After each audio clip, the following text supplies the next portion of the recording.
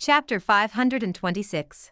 The Great Karma. How are the preparations coming along? Jiang Xuan ignored Zhang Changshao and turned his attention to the spirit of the human tablet. Time was running out, the seal was on the verge of shattering. High above, the decayed altar had mostly crumbled away. More than two-thirds of the Shennong Ding's bronze body lay exposed, casting an ancient, divine glow across the entire Shennong Pill realm. Its profound, lingering aura felt heavy and limitless, leaving one with a suffocating sense of awe. Master, everything is ready. We can enter the Shennong Ding and face its spirit at any time, the spirit of the human tablet replied. Then let us begin, Jiang Xuan nodded. Understood. Jiang Xuan soared into the air, closing the distance to the cauldron. The human tablet followed closely, releasing a vast, primordial energy that formed an ancient bridge between Jiang Xuan and the Shennong Ding. Opening the gates of his consciousness, Jiang Xuan's soul manifested into a solid form. He crossed the bridge and vanished into the interior of the cauldron. At his request, the world tree seedling manifested outside.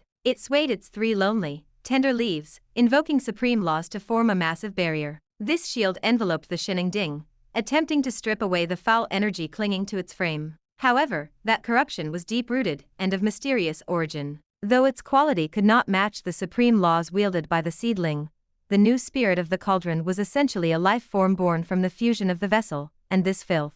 The corruption had a source to draw from, granting it powerful defiance. Furthermore, the world tree was still in its growth stage. The laws it could command were limited, making the process of purification far more difficult than anticipated. Master, it is up to you, the world tree seedling murmured. It used two of its leaves to poke its tips together in a shy, human-like gesture. I can only swallow and purify the corruption once the hostile spirit is destroyed. Inside the cauldron, Jiang Xuan received this feedback through their mental link. His lip twitched.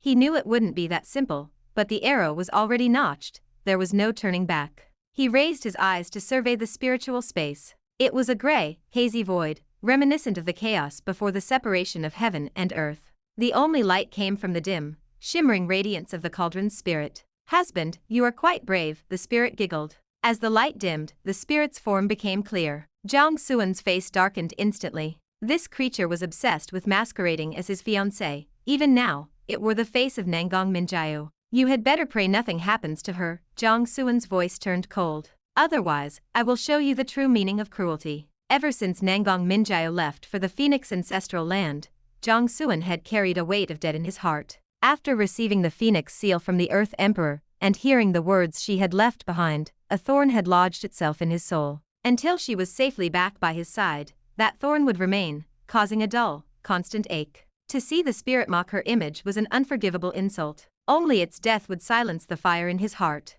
Jiang Xuan moved. Since this was a battle of souls, he could not summon physical weapons. Instead, he condensed the power of his Sword Dao into a long blade of pure light. His figure blurred, appearing before the spirit in an instant. He swung the blade with a sharp, piercing momentum that threatened to tear the spiritual space asunder. The spirit did not flinch. A contemptuous smile played on its lips. To the spirit, Jiang Xuan's strength and killing intent were nothing more than a joke. This was a world under its absolute control. The sword fell. The spirit was sliced clean in two. Jiang Xuan frowned. It was too easy. Sure enough, the two halves of the spirit slowly merged back together. There was no change, no damage, not even a flicker of instability. This is the internal space of the Shennong Ding, the place where I was conceived. This is my world. Everything here moves according to my will. This is my home turf. The spirit looked at Jiang Xuan with cold indifference. Coming here is no different from walking into a trap. You have sought out your own death. As the words fell, a sharp crack echoed. The sword in Jiang Xuan's hand snapped and dissolved into ash. Impact followed. An invisible force slammed into Jiang Xuan, sending him flying. His soul shuddered, reeling from a significant wound. His expression shifted. How? He hadn't even sensed the attack. The spirit shook its head and laughed. You know nothing of spiritual bodies, and your use of divine sense is primitive at best. I will give you a single chance. I have searched your memories and constructed an illusion specifically for you. Either break free and walk out, or I shall devour you and claim everything you own. The gray void began to shift. Arcane energies flowed in rhythmic patterns. Jiang Xuan felt his mind grow heavy, a sudden, overwhelming drowsiness washing over him. He fought it instinctively, trying to tear himself away, but he found no purchase. He could only watch as his consciousness sank into the depths. His soul fell into a slumber, drifting into the dream. The spirit stood over Jiang Xuan, looking down with a sneer. It could easily extinguish his soul now and end his life. But it chose not to. As it said, it wanted to gamble within the illusion.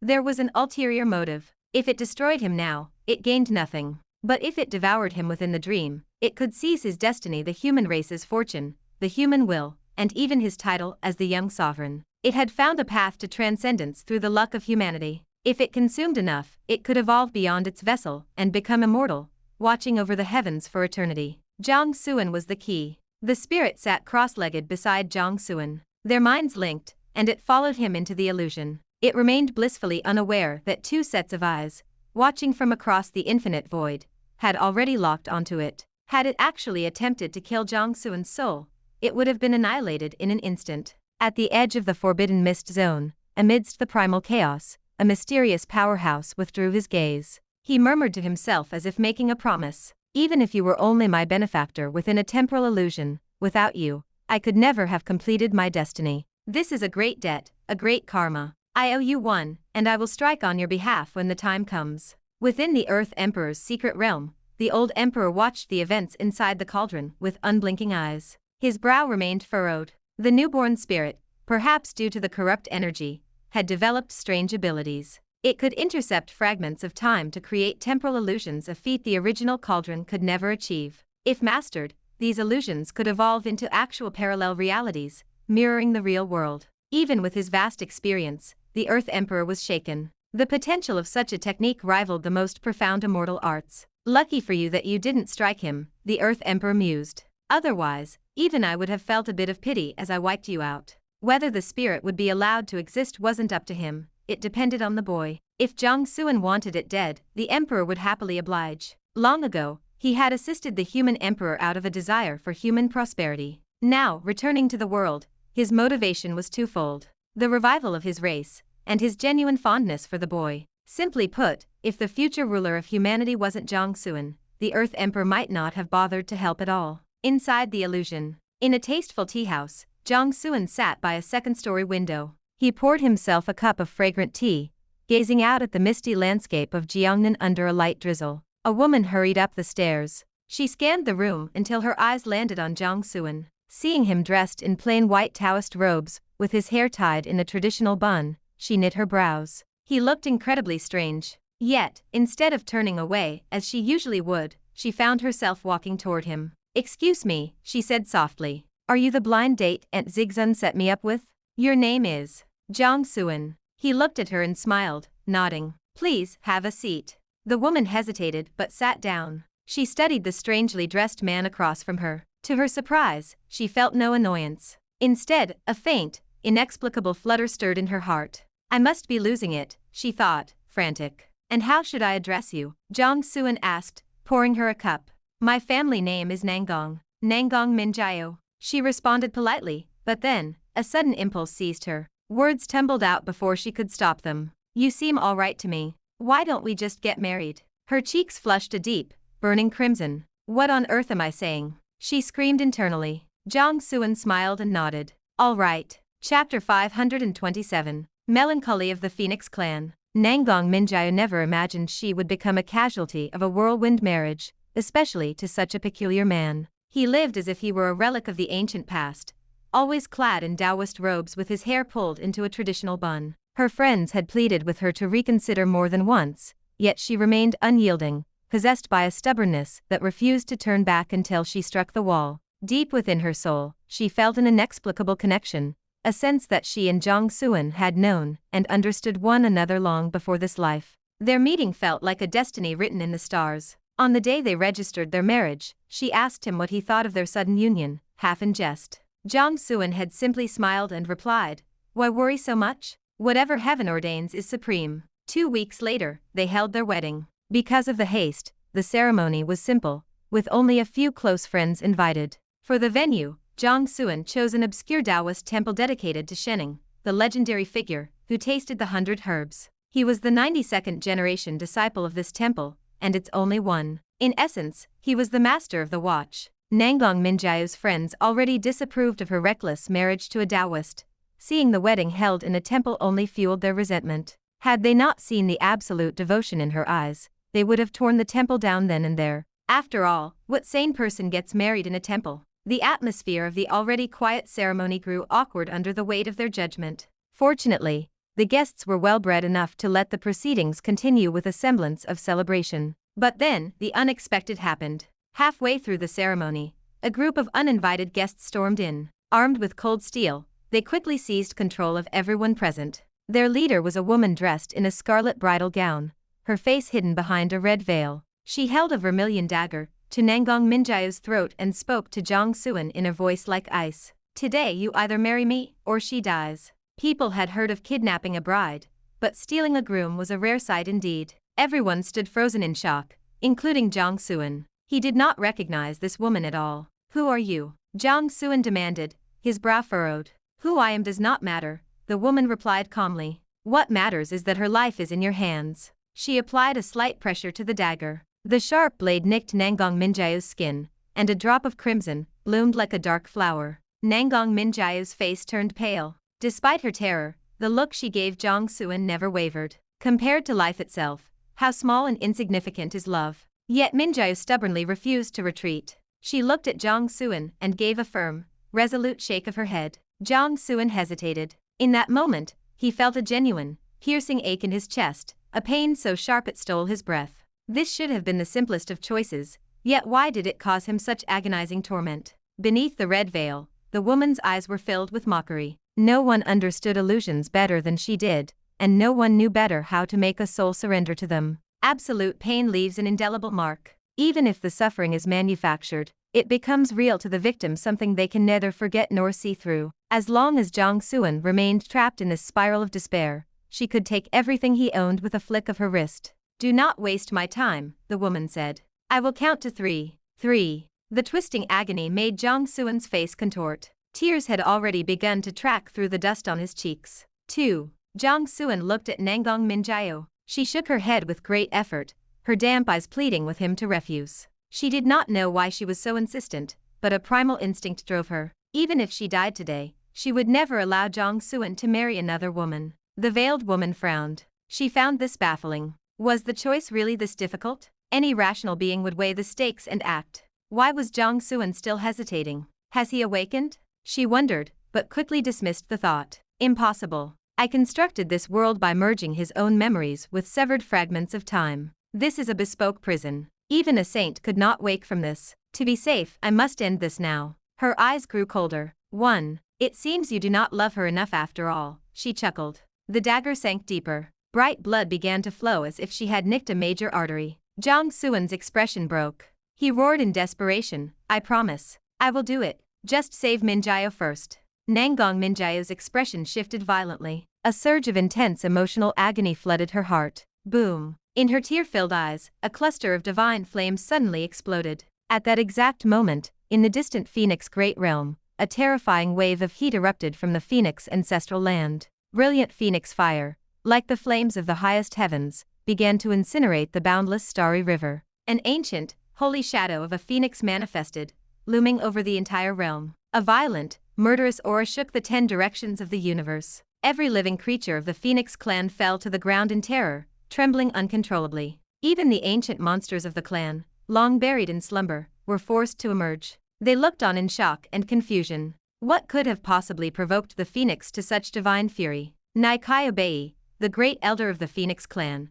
stepped forward to calm the people. After briefly explaining the situation to the Ancient Ones and escorting them back to their rest, he stood outside the ancestral grounds. His gaze was heavy with conflict. Logically, if the memory of the Phoenix were to overwrite the host and be reborn, it would serve the clan's best interests. But after the warnings from the Jiang family and the Dragon clan, he was no longer certain. No one could guarantee how much power a reborn Phoenix would actually possess, or if it could truly reclaim the immortal imperial throne. On the other hand, if Nangong Mingyue successfully assimilated those memories, the benefits to the clan were tangible and immediate. The support of the longevity Jiang family alone would ensure the Phoenix clan's prosperity in this era. The great age is coming, and the tribulation that will sweep the heavens has begun. Nangong sighed, his brow etched with worry. How will our clan survive? And how can we possibly move forward? Back within the illusion in the Shennong realm, something changed within Nangong Mingyue. Her gaze sharpened.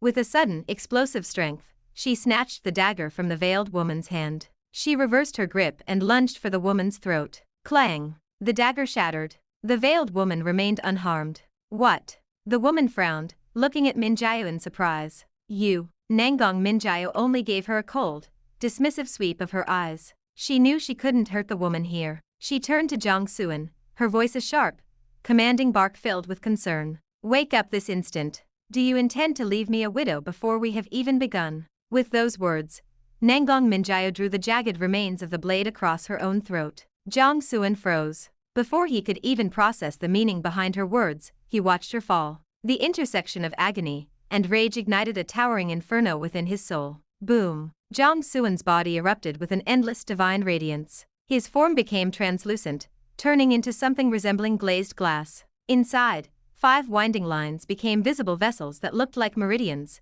carrying a quiet, profound soul energy. This sacred aura spread outward, carrying an ancient, indescribable weight. At the center of his brow, a faint image of a crescent moon appeared. The shadow detached itself, evolving into a series of miraculous Taoist runes that flowed into his body, merging with the 5 vessels. The Taihao profound scripture. Aided by an invisible pull within his mind, Jiang Xuan began to circulate the technique. In an instant, a hazy vision of the primal moon rose behind him. The moon cast a cold, gentle light over a vast, surging ocean of pure soul energy. Crack, crack, crack. The entire illusion began to crumble and collapse. The veiled woman's eyes widened in sheer horror. How could Jiang Xuan's soul manifest such a terrifying vision? She could understand a powerful physical body producing such phenomena, but a soul? Wait, a soul vision? A shadow of the primal moon? The woman's pupils contracted. The Taihao clan? The ones who hold the authority of the moon goddess. Chapter 528.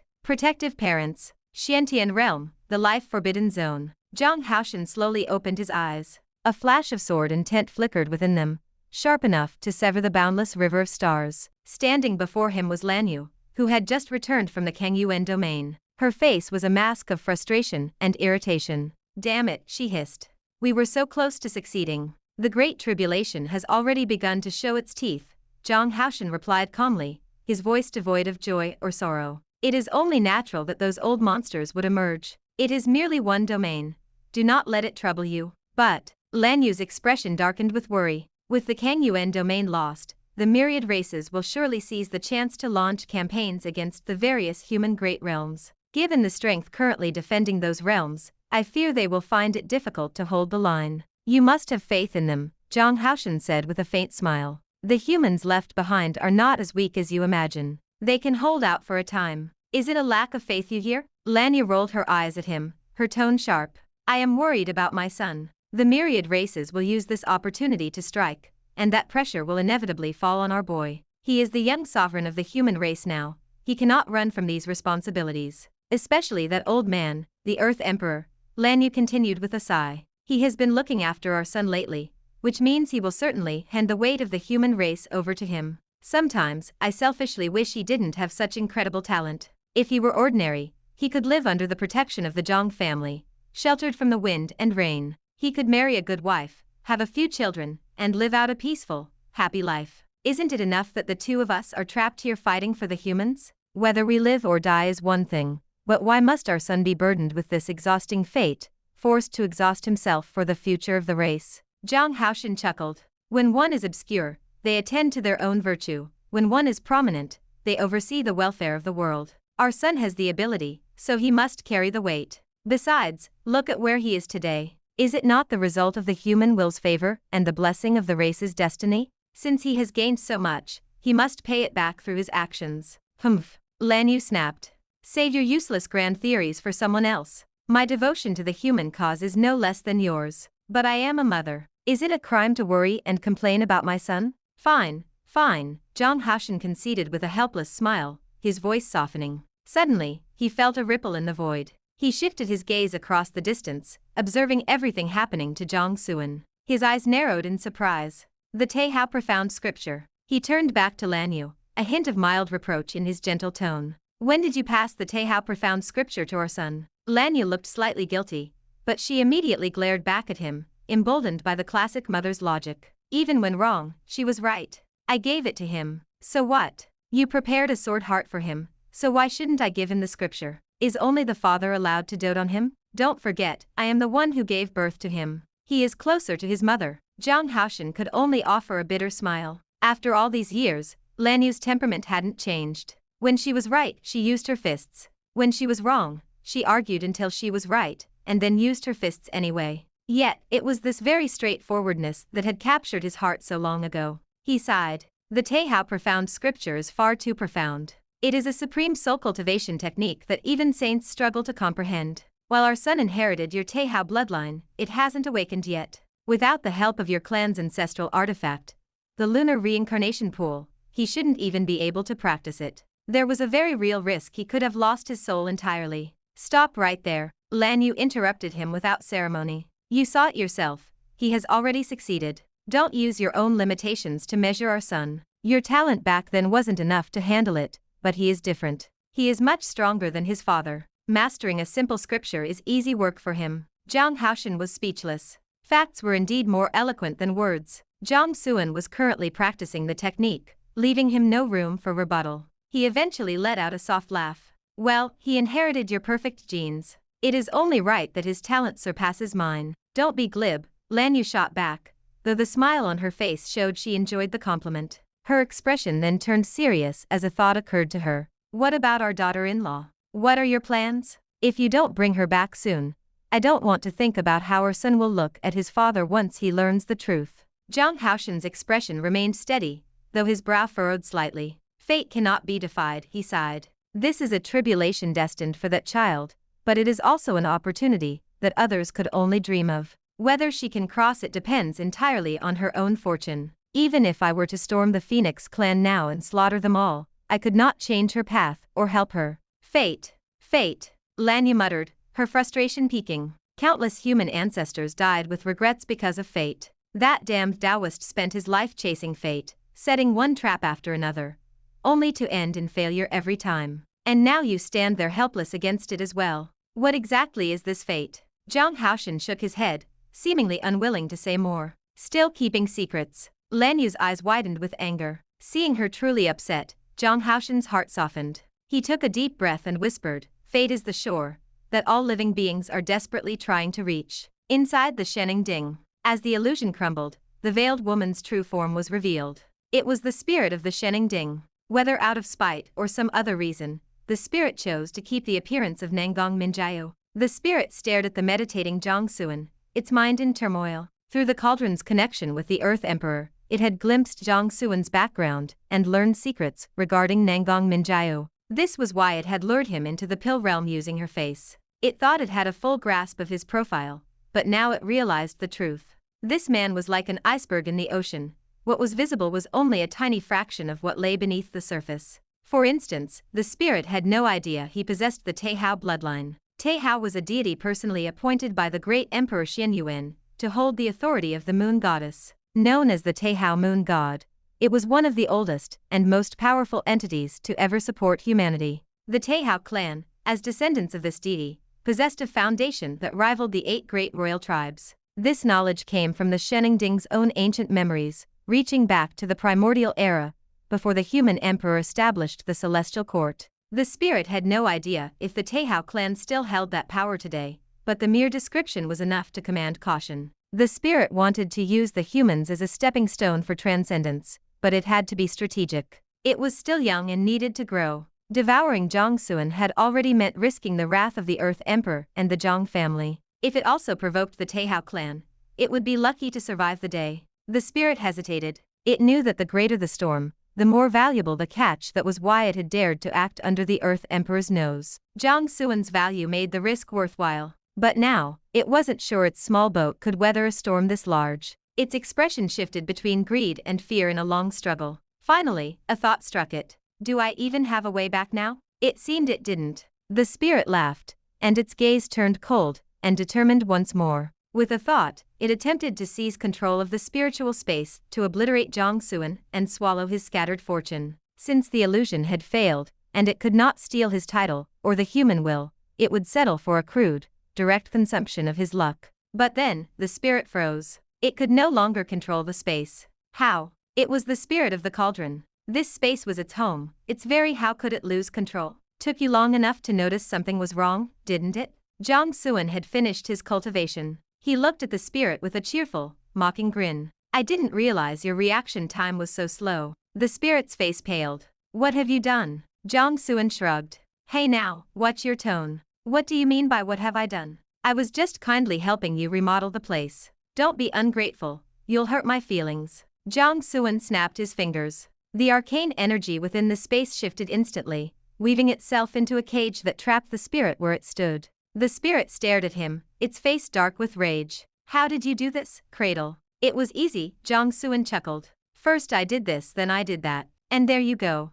The spirit could only stare in speechless fury. Chapter 529. Warning, a drastic shift in past life karma. Jiang Xuan spoke only the truth. Having mastered the Teihao profound scripture, the quality of his soul had undergone a fundamental leap. Within this spiritual space, everything was now laid bare to him. He could identify the core, the weaknesses, and the flaws with a single glance. Seizing control and overriding the master of this realm was a natural, seamless process. The primary reason for this ease was that the spirit of the Shennong Ding was a newborn, and its control over this spiritual space was still immature. However, Jiang Xuan knew that without the Teihao profound scripture, he might have truly fallen at the spirit's hands today. Most of his terrifying combat power stemmed from his Sword Dao and physical body. His soul had been a relative weakness. At his previous level of soul strength, waking up from that illusion, let alone breaking free from it, would have been impossible. My mother's bloodline is quite impressive, Jiang Xuan marveled inwardly.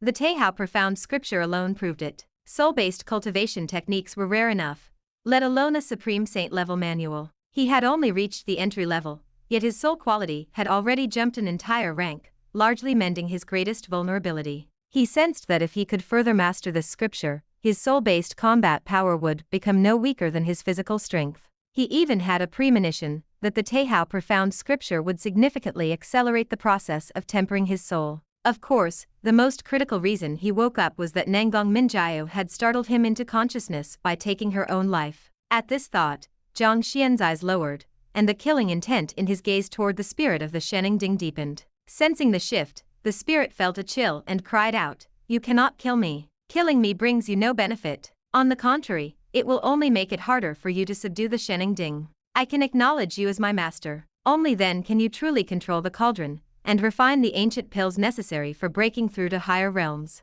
Jiang Xuan smiled. Does breaking through require pills? The spirit choked on its words. Doesn't it? It thought for a moment and realized that given Jiang Xian's talent, he probably didn't need them. After all, the man was already fighting true gods as a mere venerable. I know many secrets from the primordial and ancient eras. These secrets hold unimaginable value. The spirit rushed to add. I even know how you can prove your path to become a human king. With my help, you can avoid many detours and achieve the status of a human king much sooner. Jiang Xuan shook his head and looked at the spirit. You have a connection with the Earth Emperor, don't you? The spirit froze but nodded honestly. The Earth Emperor's past life was Yin Emperor Shennong. In a strict sense, he created me. He was my first master. This time, it was Jiang Xian's turn to be stunned. The Earth Emperor is the reincarnation of Yan Emperor Shennong. Is this true? Jiang Xuan asked the spirit of the human tablet. Master, Yan Emperor Shennong existed several epochs before the human emperor.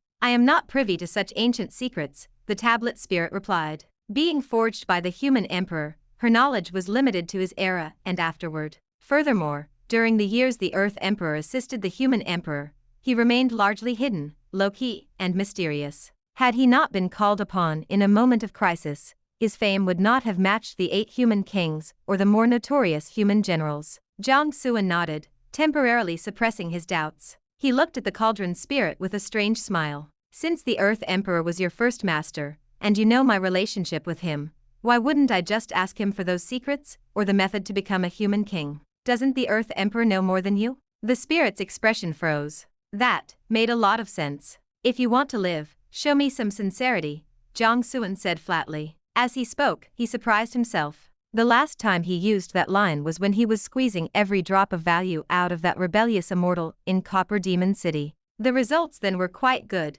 even if he did end up handing the prisoner over to Zhang Zhao. My little leaky windproof jacket isn't by my side, and I am actually finding it hard to adjust, Jiang Xuan sighed. If Zhang Zhao were here, dealing with this spirit would be much simpler. While the spirit represented many benefits, he was always willing to spend big when it came to raising his daughter. The spirit of the Shennong Ding was now at a total loss. This Jiang Xuan was impossible to fool. Were all those benefits not enough to move him? Do I really have to tell him everything? The spirit hesitated. Jiang Xuan gave no time for deliberation. I will count to 3. He threw the spirit's own words back at it, only much faster. 3, 2, 1. The spirit panicked completely. Wait. There is more. At this point, it had no choice. No matter how much it wanted to hide its secrets, staying alive was the priority. Only by living would there be a chance. I possess a unique innate divine ability, the spirit blurted out. I can intercept temporal nodes to construct time-space illusions.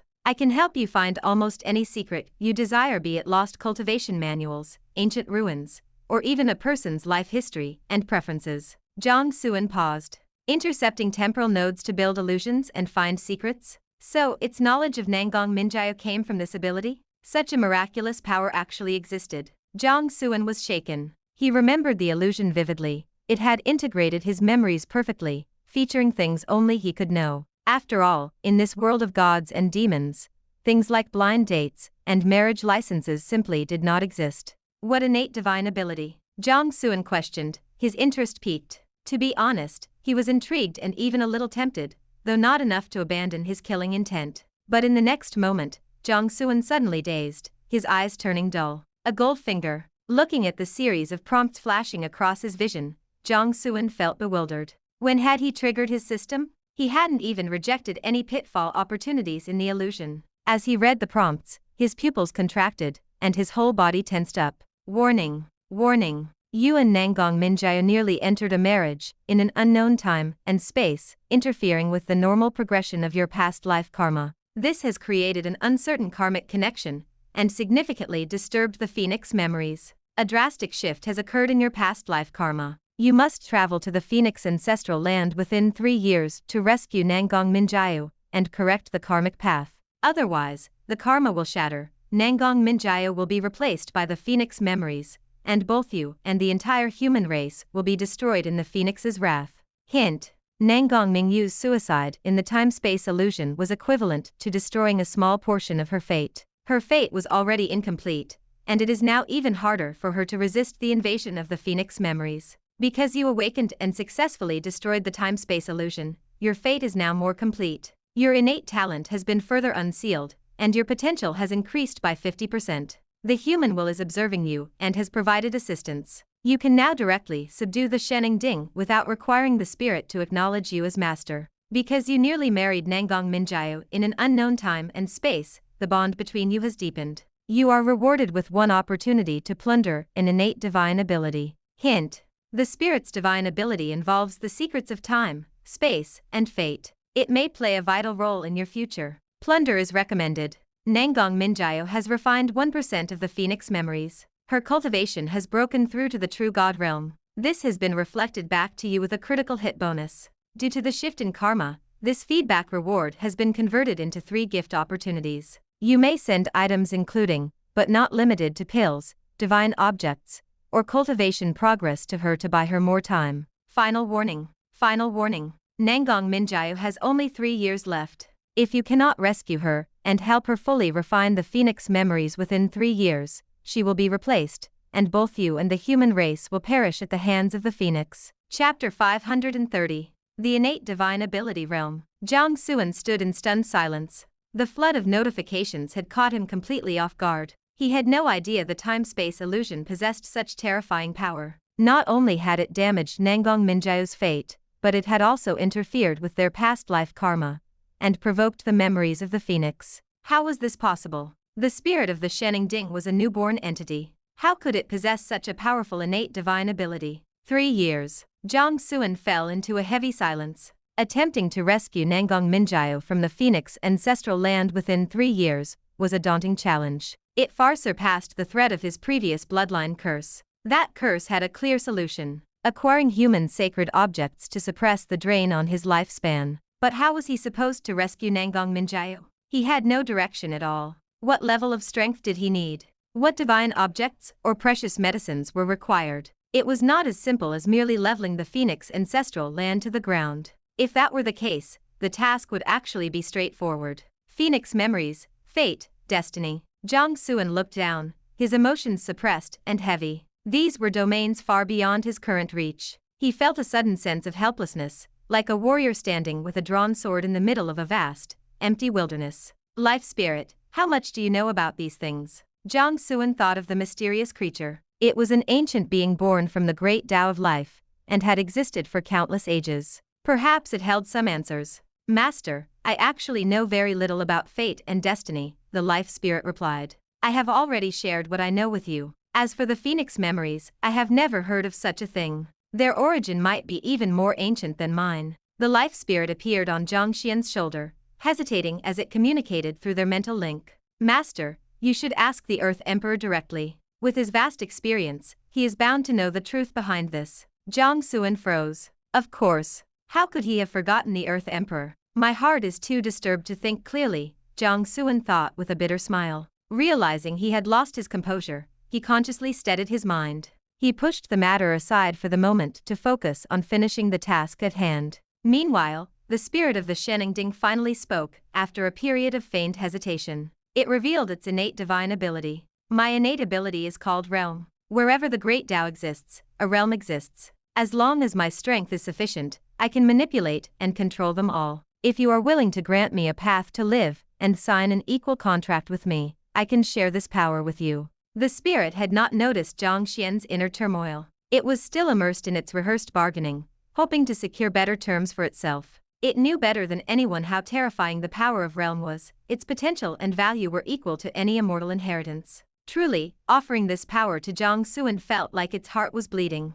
However, the spirit was about to find out that its heart was not the only thing that would bleed. Jiang Xuan looked at the spirit with cold indifference. He did not bother to respond. Instead, he reached out and began to plunder the spirit's divine ability. A hum resonated through the space. The spirit's body began to twist and distort, as if it were being violently torn apart by invisible hands. Strands of dreamlike radiance were dragged out, condensing into profound divine runes of the great Tao before flowing into Jiang Xuan's body. No! The spirit screamed in agony. It was consumed by terror. It could feel its innate ability being ripped away, and along with it, its very life force. It had never seen or heard of such a method. The plunder ended quickly. Jiang Xuan now possessed the divine ability known as realm. The spirit of the Shennong Ding had become nearly transparent. It was, in every sense of the word, drained dry. Jiang Xuan watched it with a tidal wave of killing intent. He wanted to tear the entity to pieces. If it had not constructed that time-space illusion, none of this would have happened. Nangong Mingyue would not be in such danger. Ultimately, however, Jiang Xuan stayed his hand. He was in desperate need of resources, and the spirit was too valuable to waste. Jiang Xuan stepped out of the spiritual space, and his soul returned to his body. With a single thought, the Shennong Ding trembled. It shed the last remnants of the decayed altar seal, and shrank until it was the size of a palm, resting in Jiang Xuan's hand. Jiang Xuan instructed the world tree seedling to begin purifying the foul energy within the cauldron. Then, he used the cauldron to expel the weakened spirit, and tossed it to the life spirit. Eat it, Jiang Xuan commanded. I am in urgent need of life essence. I will need your full cooperation in the coming days. He did not yet know the specific method to save Nangong Mingyue, so he had to prepare the basics. He needed the power to crush the Phoenix clan, and the strength to level their ancestral land if necessary. He was confident that he could reach the Saint Realm within 3 years. After all, he was walking the path of proving his own Tao. His combat power and cultivation speed would only accelerate. As the prompt had noted, his fate was becoming more complete, his talent was unsealing, and his potential had increased by 50%. His next essential task was to build a force capable of overwhelming the Phoenix clan. This made life essence a vital resource. It could grant a second life to dying experts or ancient souls, allowing them to recover their peak strength rapidly. There were many such experts within the human tablet. With enough life essence, building an invincible army would be a simple matter. The life spirit had just finished happily devouring the cauldron spirit when it heard Jiang Xuan's words. Its body froze. It realized there was no such thing as a free lunch. I will definitely cooperate, Master. I shall give my all until my dying breath. The life spirit quickly pledged its loyalty, though it then added hesitantly, but Master, one cannot make a feast without ingredients. Even though I can turn grass into milk, I still need the grass. Jiang Xuan glanced at the creature. What do you need? I will provide it. The life spirit was surprised. When did its master become so easy to talk to? Its heart began to pound. Was its golden age finally arriving? The spirit raised its head, looking at Jiang Xuan with its tiny eyes. Master, spirits like that one, or high-quality energy from the Great Dao will work. Understood, Jiang Xuan said flatly. He turned his gaze toward the other battlefield. Jiang Kefeng and the others were still locked in a fierce struggle against Dun Muhong and the two other pseudo-pill saints. However, because the cauldron spirit had been devoured, the three old men were beginning to struggle against the seals placed on their minds. Jiang Xuan activated the Teihao profound scripture, helping the three of them shatter the remaining mental shackles. As their consciousness returned, Dun Muhong and his companions stopped fighting and bowed to Jiang Xuan. Thank you for your help, young friend. You are thanking me too early, Jiang Xuan said coldly. He summoned his blade, Green Peak, back to his hand. The sword glowed with a chilling intensity, piercing the sky. There are only two paths left for you. Surrender, or die. Chapter 531. You have an objection? The faces of Dun Muhong and his two companions shifted violently. They exchanged glances, their expressions etched with bitterness. Their current situation left them no room for resistance. Within the Shennong Pill realm, their cultivation remained suppressed, while their opponent had already eliminated the very cauldron spirit that once controlled them. The disparity in power was undeniable. With a heavy collective sigh, the three men accepted their reality. They stepped forward, offering their soul blood as a mark of absolute subservience, and bowed deeply. We are willing to submit, they declared in unison. Jiang Xuan waved his hand to accept the soul blood, and gave a curt nod. Return to Heaven Grant City immediately, and prepare for my arrival, he commanded. When I reach the gates, I do not wish to hear a single dissenting voice left in that city. We live to serve your command, my lord. The three responded with profound respect. We will scour the city clean, and lead every cultivator within its walls to welcome your arrival. With a thought, Jiang Xuan utilized the power of the Shennong Ding to transport the three men out of the pill realm.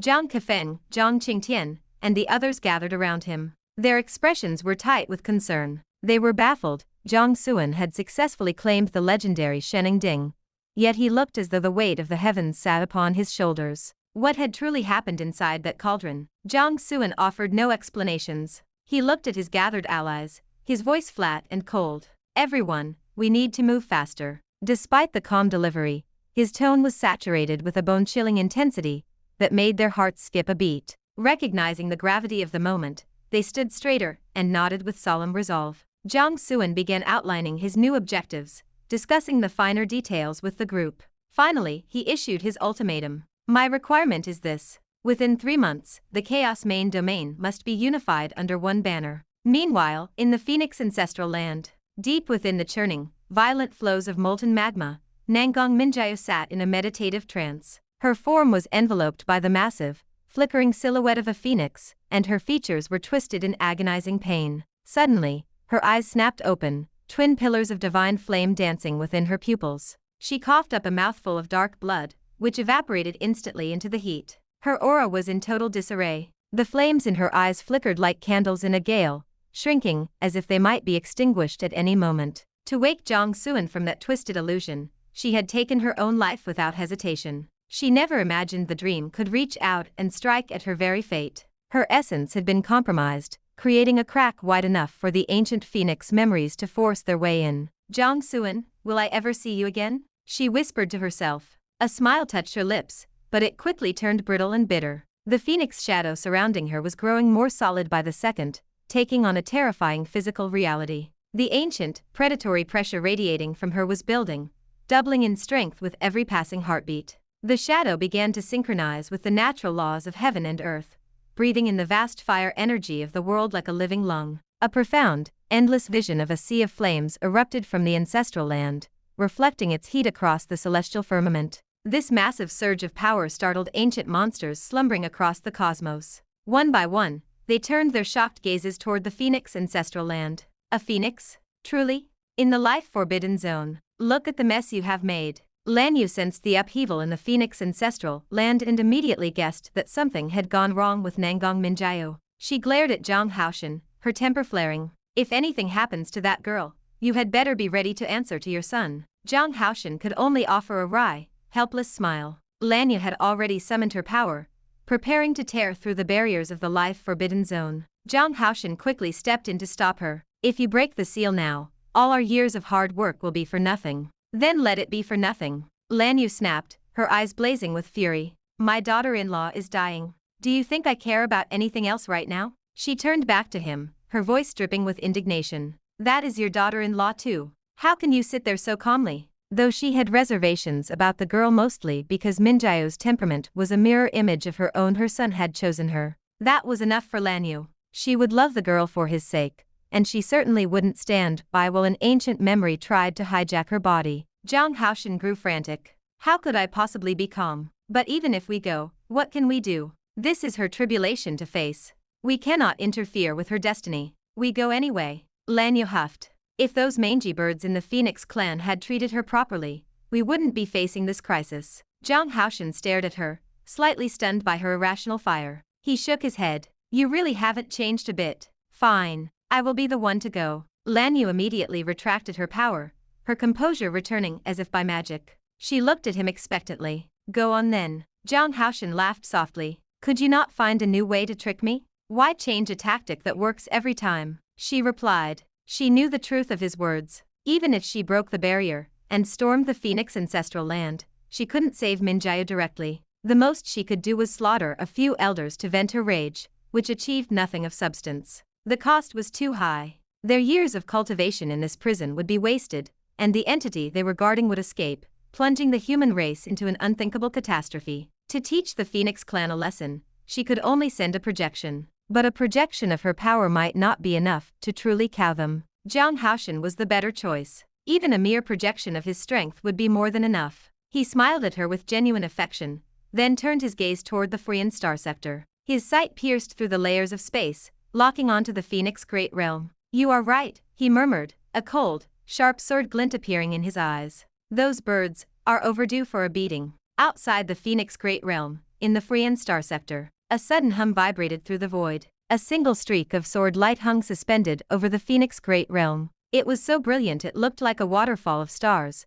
poised to drown the entire world in an instant. Inside the realm, the Phoenix clan was paralyzed with terror. They felt as though a blade was resting directly against their necks, ready to drop at any second. The ancient monsters who had only just returned to their slumber were jarred awake once more. They scrambled out of their hiding places, desperate and on high alert. One particularly hot-tempered elder even burned a drop of his longevity blood to force himself back into a temporary peak state. This was different from the last visitor. This presence was openly hostile, and the strength behind it was unfathomable. Bei, the great elder, looked absolutely miserable. What was happening lately? Why were these terrifying masters suddenly treating the Phoenix clan like a tourist attraction? He flew out into the void, his eyes widening in shock as he glimpsed the stellar sword light. He surveyed the empty space around him and shouted into the silence. Which senior has come to test their blade against my clan? Please understand that while the Phoenix clan lives in seclusion, we are not to be insulted lightly. Oh, is that so?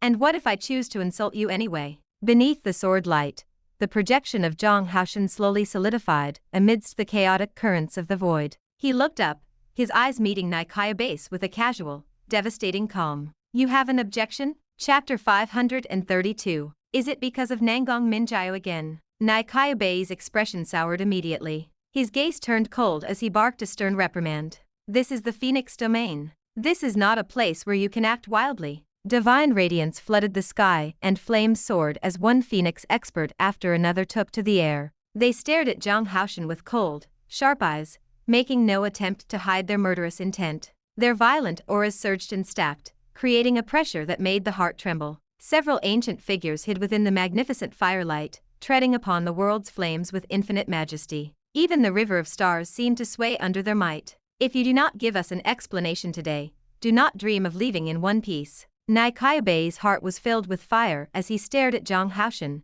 issuing a blunt threat. The Phoenix clan was a dominant race ranked among the top of the myriad worlds. At their peak, even immortal beings had to show them respect. Even now, though they had retreated into seclusion and sealed their domain, they were not a people that any common stray could insult. This mysterious swordsman was undoubtedly powerful, but he dared to behave so recklessly on Phoenix territory. How was this any different from seeking death? Jiang Xuan smiled. He flicked his fingers. A brilliant sword light swept out. The vast river of stars was sliced cleanly in two. A deep void and terrifying chaos emerged in the wake of the strike, refusing to heal for a long time. Accompanying that severed star river was a planet neighboring the Phoenix Great Realm. The planet was split down the middle, its world source destroyed. Its nearly infinite vitality dissipated at a speed visible to the naked eye as the entire world rapidly spiraled toward death.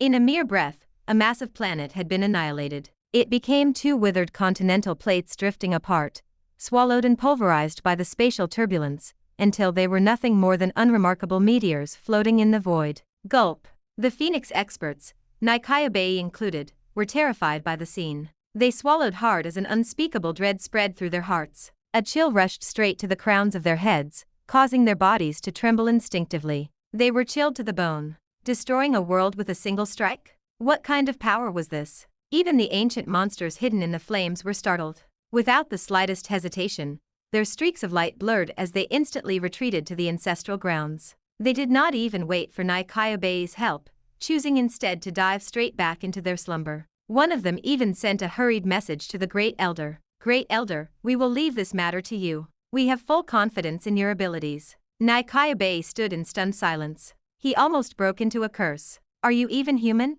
Now you have confidence in my abilities? Why didn't I see this level of trust in me before? This is only a warning. Jiang Xuan glanced at the dazed Nikayabe and smiled faintly. Next time, it will be the Phoenix Great Realm. The words Phoenix Great Realm acted like a jolt of electricity. Nikayabe snapped out of his stupor and stammered in a panic. Senior, please stay your anger. Our Phoenix clan was in the wrong. I beg Senior to give our clan a chance to redeem ourselves. Nikayabe quickly found his place and bowed deeply. Senior may state your demands. My Phoenix clan is willing to pay any compensation without objection. It was hard to imagine that in this era, before the Great Dao had fully recovered, one could encounter such a terrifying swordsman. Of course, what mattered more right now was satisfying this powerhouse's demands. It was no exaggeration to say that such a master suddenly appearing and choosing to warn them by destroying a world was already giving the Phoenix clan an immense amount of face. Otherwise, if that brilliant sword light had landed directly on the Phoenix Great Realm,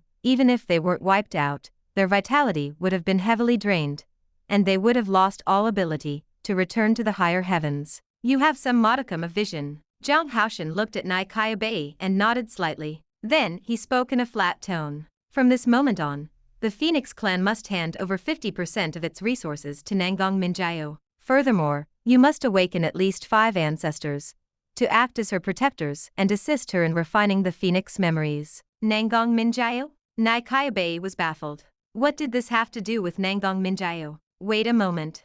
Nikayabe suddenly caught the key point. Could this powerhouse also be here to back Nangong Mingyue? Nikayabe nearly broke down. He felt an immense sense of injustice. Since the warning from that mysterious expert of the Jiang family, the Phoenix clan had been treating Nangong Mingyue like an absolute ancestor. It was true that something seemed to have gone wrong with her recently, but that was due to her own circumstances. What did that have to do with the Phoenix clan? But he knew he couldn't say that. When the one with the smaller fist tries to reason with the one with the larger fist, they are destined to fail. Nikayabe could only swallow his grievances and accept the loss. He looked at Jiang Xuan and asked cautiously, "May I ask, Senior?" He hoped to find out the man's identity. Perhaps he could use some past connection of the Phoenix clan to stabilize the situation. Is who I am important? Jiang Xuan laughed.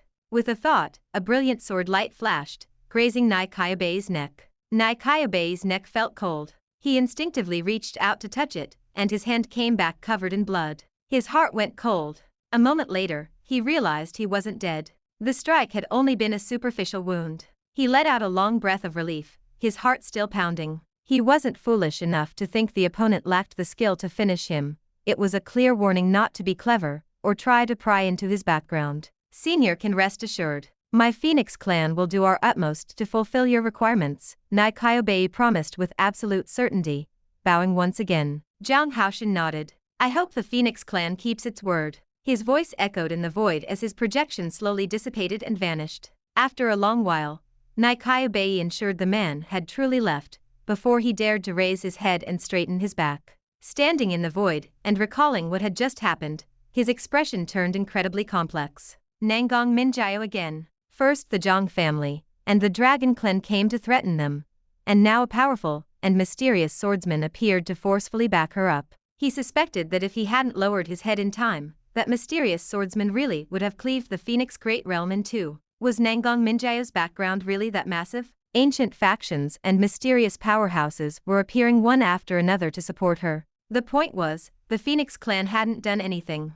At the very beginning, they did have some small designs on letting the Phoenix memories take over so the Phoenix could be reborn, but those were just thoughts. They hadn't actually made a single move against her. Why did it seem like the Phoenix clan was the one causing all the trouble? They were truly being wronged. Naikaya Bei sighed helplessly. This was a classic case of suffering in silence. He shook his head and returned to the Phoenix Great Realm. He immediately carried out Jiang Xuan's demands, but he consciously raised the stakes. He ordered 70% of their resources to be dedicated to her and awakened 8 ancestors to serve as protectors. Still, Naikaya Bei felt this wasn't enough. He issued a formal decree to the entire clan, naming Nangong Mingyue as the divine maiden of the Phoenix clan. Once she emerged from her seclusion, she would immediately wield great power, with a status equal to a high elder. Furthermore, he ordered his clansmen to spread the word, ensuring that the myriad races knew of this. The powerful races across the heavens were surprised by this. The Phoenix clan had long since sealed its domain.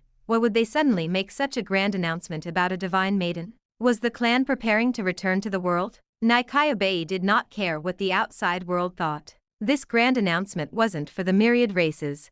It was for the unknown powerhouses and factions backing Nangong Mingyue. He was telling them that the Phoenix clan was treating her very well. If something went wrong, it wasn't their doing, and had nothing to do with them. Please stop bothering the Phoenix clan. This poor clan's heart cannot take it anymore. Naikaya Bei was truly frightened. He feared that if something else happened to Nangong Mingyue, another powerhouse would suddenly appear to back her up and start destroying worlds as a warning. Cleaving a planet in half was terrifying. Xiantian Realm, the life-forbidden zone. As expected of my man. Beautifully done. Lanya laughed as she massaged Jiang Xuan's shoulders. You. Jiang Xuan shook his head and laughed. At that moment, ripples appeared in the void, manifesting as a hazy light and shadow. An ancient voice rang out, carrying a hint of displeasure. Jiang Xuan, you acted in the ancestral world without permission. This has broken the rules. You must give us an explanation. Jiang Xuan didn't even raise his eyes. He responded flatly. If you were truly intent on stopping me,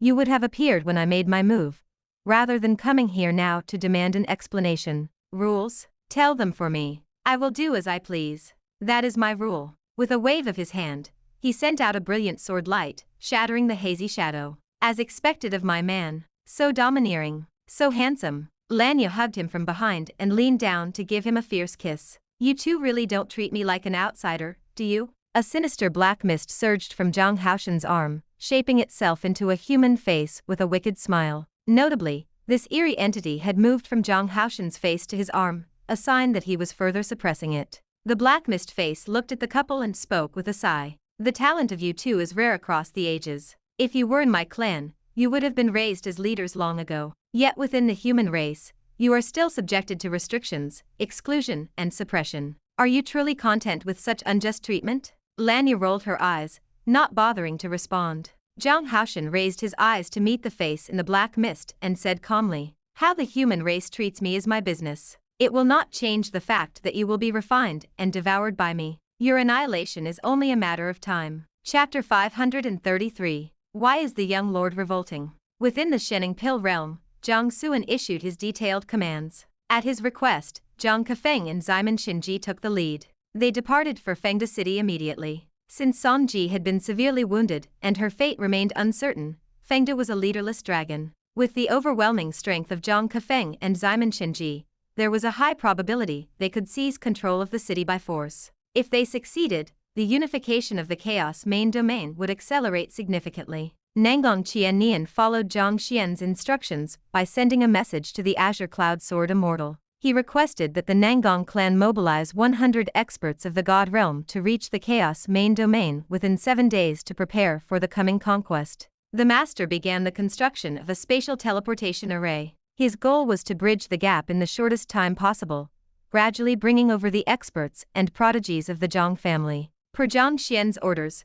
the array was situated within the Shennong realm itself. The mist-forbidden zone was perpetually shrouded in chaotic fog, making it nearly impossible for outsiders to enter. It was a natural sanctuary. Building the array here would avoid unnecessary trouble. Furthermore, Using this as a spawn point for the Jiang family youths allowed for a flexible strategy, where they could strike or retreat as needed, ensuring their safety to the highest degree. Jiang Qingtian and Bei Qing headed to Heaven Grant City. They were tasked with claiming the city in Jiang Xian's name and establishing a base of operations. They hoisted a new banner, calling themselves the Profound Sect. They issued a high-profile decree to every other city in the Chaos main domain. Any who did not join the Profound Sect within 1 month would be eliminated without mercy. The Chaos main domain consisted of 5 major cities and 36 ancient cities. The lords of the 5 major cities were all lofty pseudo-saints, while the lords of the ancient cities generally possessed cultivation at the god-sovereign realm.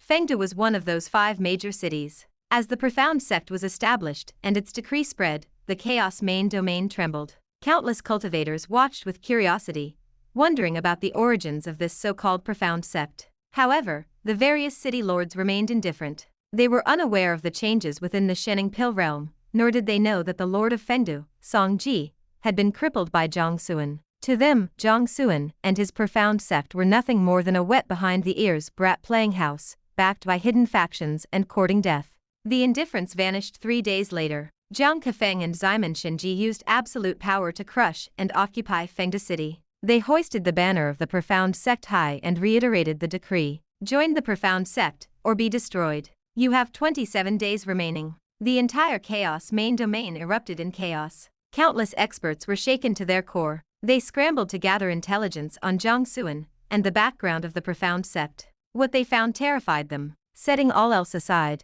the mere identities of Jiang Kefeng and Ximen Shenji as the 2nd and 13th elders of the Dao sect spoke volumes. What did this mean? Was the Dao sect intending to conquer the Chaos main domain? The 35 lords of the ancient cities were gripped by panic. They fled to the 4 remaining major city lords, seeking protection and justice. The 5 ancient cities neighboring Heaven Grant City were especially terrified. If the Profound Sect struck, they would be the first to fall. The 4 major city lords did not sit idly by. They united to demand an explanation from the Dao sect, questioning why they had broken the rules to interfere in the internal affairs of the Chaos main domain. They took a hard stance, demanding that the Dao sect force Jiang Kefeng and Ximen Shenji to withdraw immediately, disband the Profound Sect, and pay reparations. Otherwise, they threatened to report the matter to the Chaos Saint and leave the domain to assist the Immortal Sect in their war against the Dao sect. The Dao sect ignored them entirely. They simply issued a single announcement to the entire Dao Saint realm. Jiang Kefeng and Ximen Shenji had resigned from their positions as elders. They were no longer members of the Dao sect, and their actions had nothing to do with the organization. The news sent shockwaves through the Dao Saint realm. Everyone cursed the Dao sect for its shamelessness. Everyone knew the two had served as elders for hundreds of thousands of years. To claim they had suddenly resigned was to treat the world like fools. Yet, the Dao sect was powerful. Despite their fury, the city lords of the Chaos main domain could do nothing but gather to discuss a solution. The following day, in Reincarnation City, the 4 major city lords and 35 ancient city lords gathered at the lord's estate. We have reported the situation to the Chaos Saint, but we have yet to receive a response, Song Wuji, the lord of Reincarnation City, said to the assembled leaders. The Dao sect's shameless actions are an act of self-destruction. The Chaos Saint will not allow them to lay hands on this domain. Much like with the previous lord of Fengdu, the saint will intervene to restore order when necessary. However, we cannot rely solely on the saint. If the Dao sect insists on attacking, we are the first line of defense. We must ensure we do not fall in the chaos and lose our lives along with the power we have worked so hard to build. The city lords nodded. Their expressions were grim, clouded by a deep, lingering anxiety. This sudden, dishonorable move by the Dao sect had caught them off guard. As one of the 2 transcendent powers in the Dao Saint realm, the Dao sect possessed unimaginable energy. If they were truly determined to invade and seize territory, the city lords lacked the mass to stop them. The Dao sect is currently at war with the Immortal Sect. It is said to be a brutal conflict, and they are reportedly being suppressed. Why would they have the energy to covet the Chaos main domain? Lu Xingchen, Lord of Equality City, asked with a deep frown. This does not serve their interests. The room fell into a puzzled silence. It truly made no sense. The Dao sect had always been known for its moderate approach, rarely initiating aggression against third-party powers.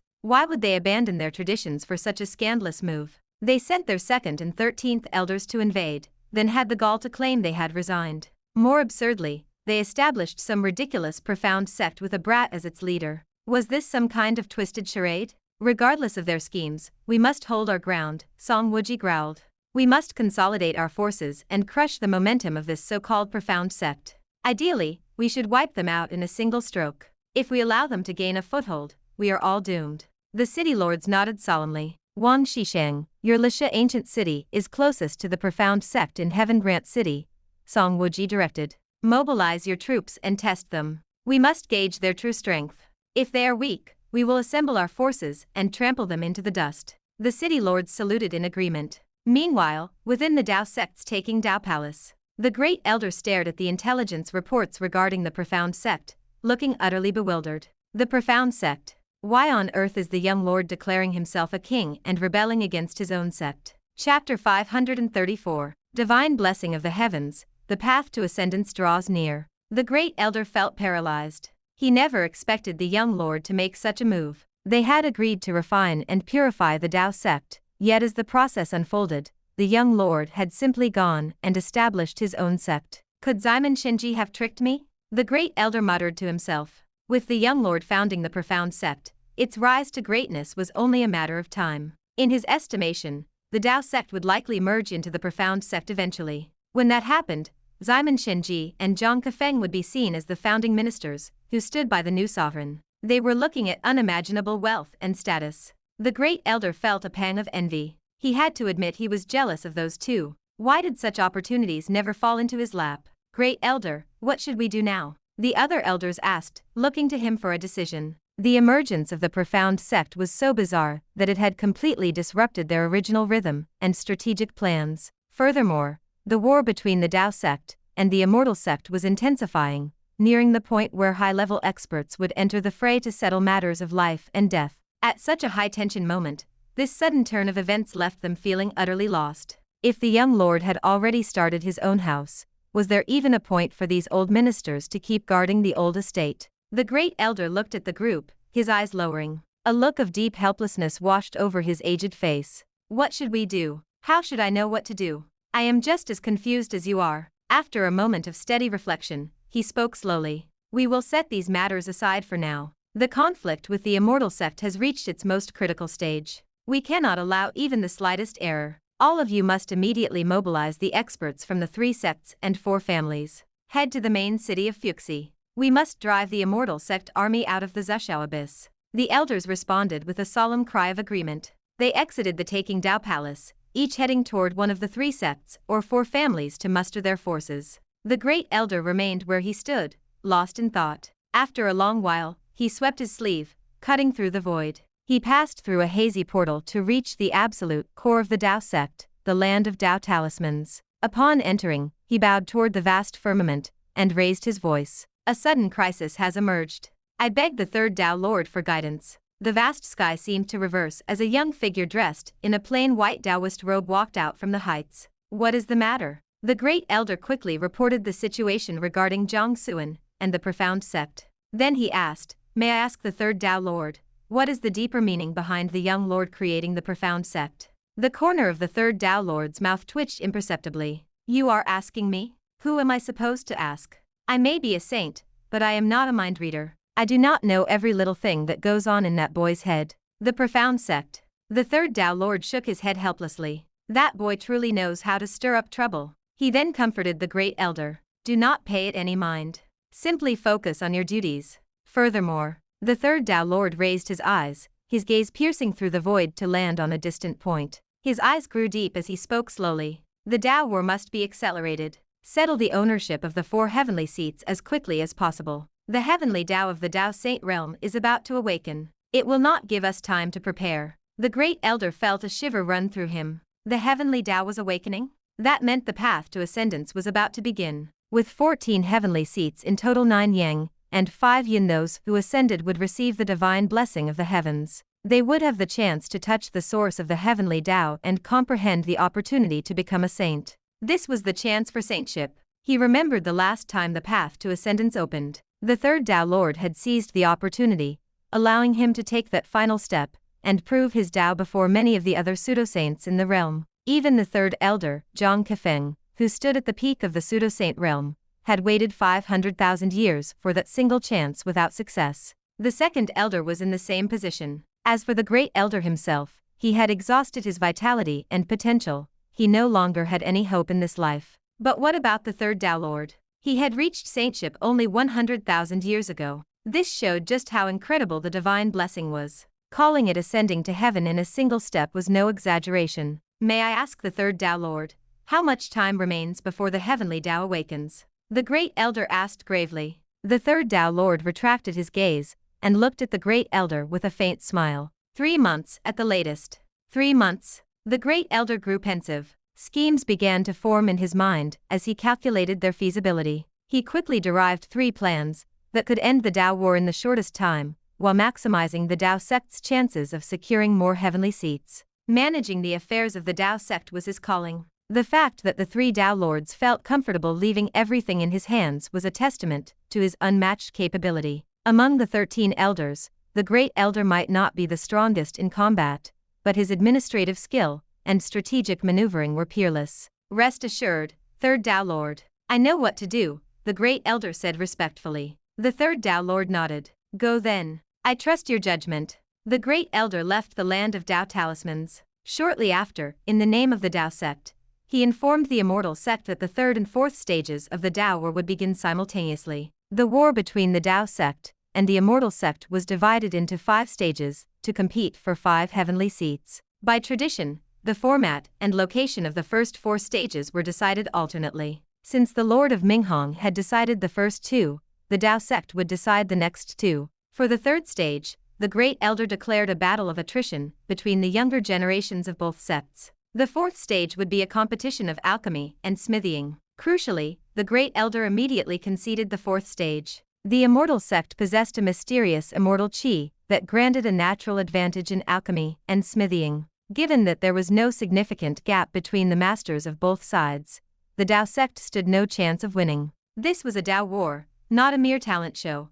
It was about the efficacy of the items produced. The winners lived, and the losers died. The great elder was unwilling to see his people sacrificed in a futile effort, so he handed over that heavenly seat as a gift. As expected, once the Dao sect conceded the 4th stage, the immortal sect conceded the 3rd. The great elder had detected something strange within their ranks. The core disciples and immortal seeds cultivated by the Lord of Minghong had rarely appeared on the battlefields of the Zuxiao Abyss. He surmised that something had happened to their younger generation. He was correct. The immortal lord had cultivated over 1,000 immortal seeds, yet nearly 300 had recently vanished without a trace. Their fates were unknown. Though the immortal sect tried to cover this up, the great elder had pieced it together from fragments of intelligence. With so many immortal seeds missing, the younger generation of the immortal sect lacked strength. Having already lost many disciples in the first battle at the Xiantian realm, they had no hope of winning the 3rd stage. By conceding the 4th, the great elder balanced their pride, making their withdrawal a logical choice.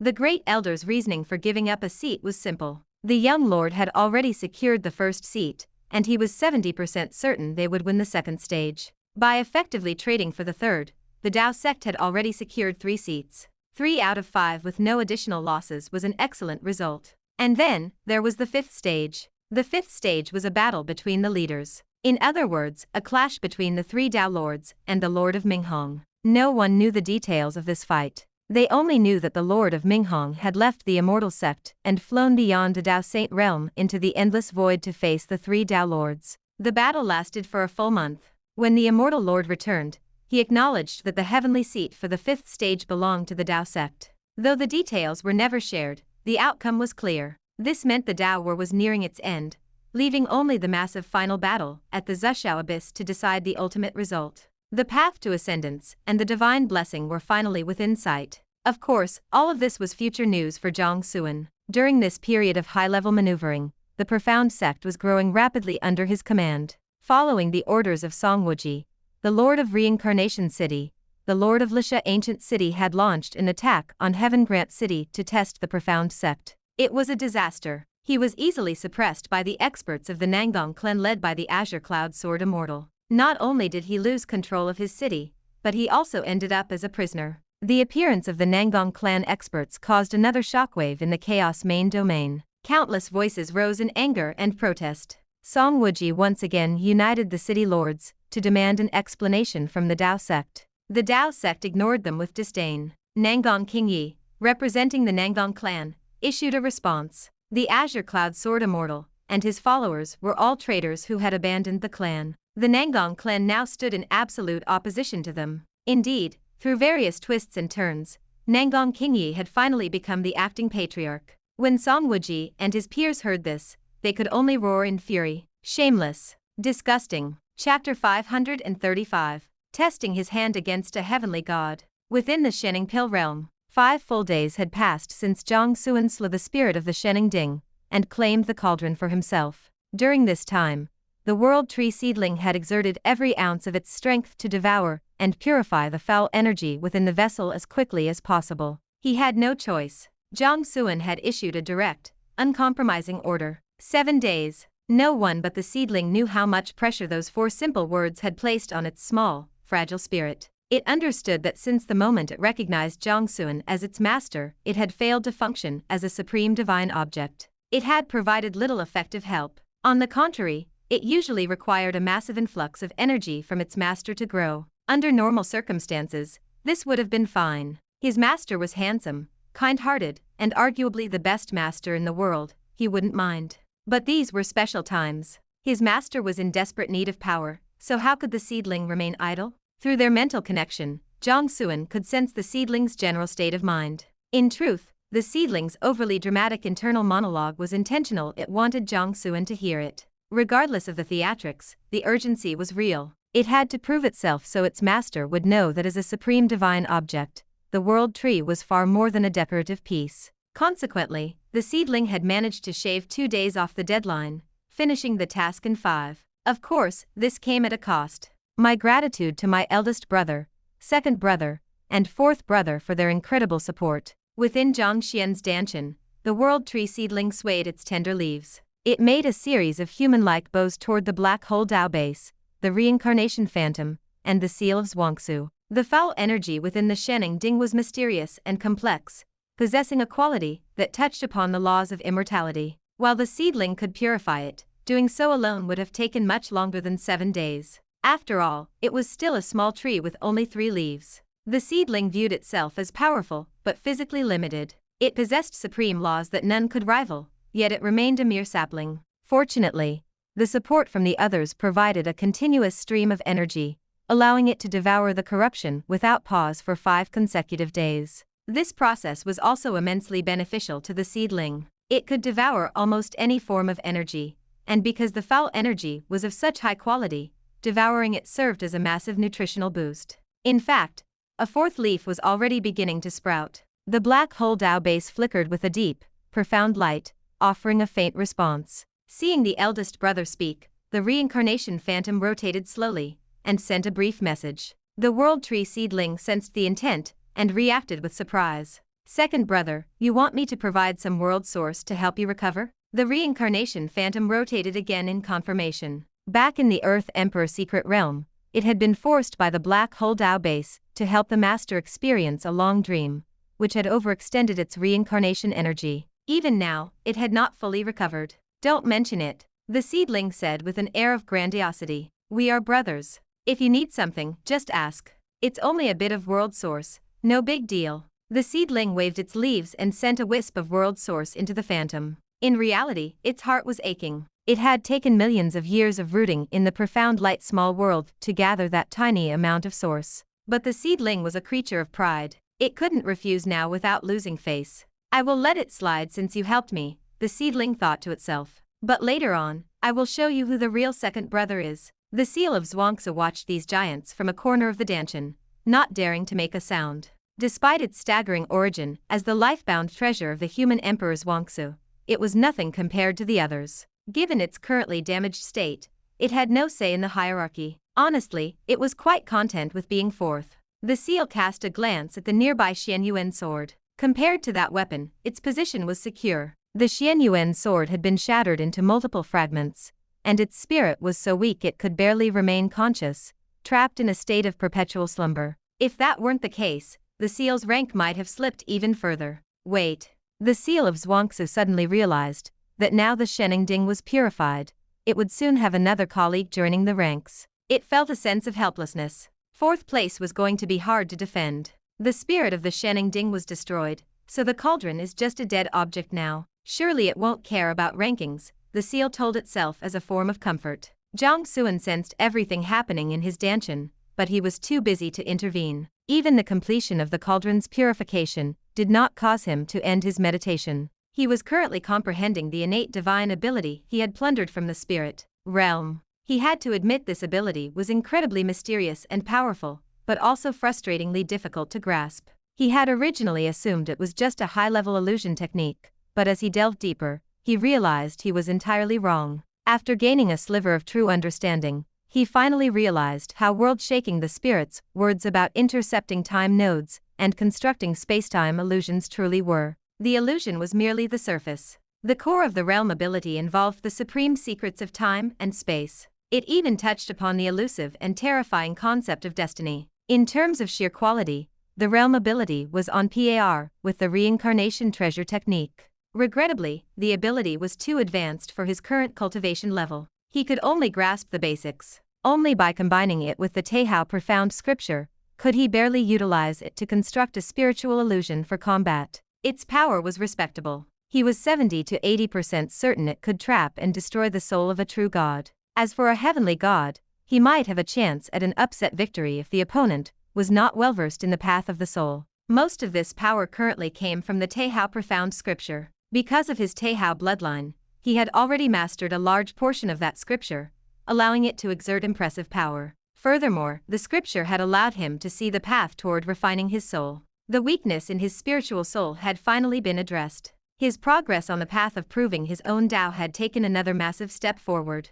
To put it in simple terms, his Sword Dao was at 100%, his physical body at 80%, and his soul had reached 10%. His progress in the paths of lightning and fire had stalled. Although he had long since mastered the method of merging the Great Dao, he did not want to waste energy on them currently. Of course, given his foundation, these paths were still improving steadily on their own, even if the pace was not dramatic. For instance, his Fire Dao had already condensed into Great Dao power. When Nangong Mingyue surged into the True God realm, the feedback had been converted into 3 gift-giving opportunities, but Jiang Xuan had still benefited from a portion of her insights. As for things like the Undying Lightning Body, the Vermilion Bird Sacred Body, and various inherited techniques, they had already been organized and integrated into the refinement of his sword, body, and soul. The only thing Jiang Xuan found regrettable was that he still had no clear lead on how to refine his Dao base. Half a day later, Jiang Xuan ended his cultivation.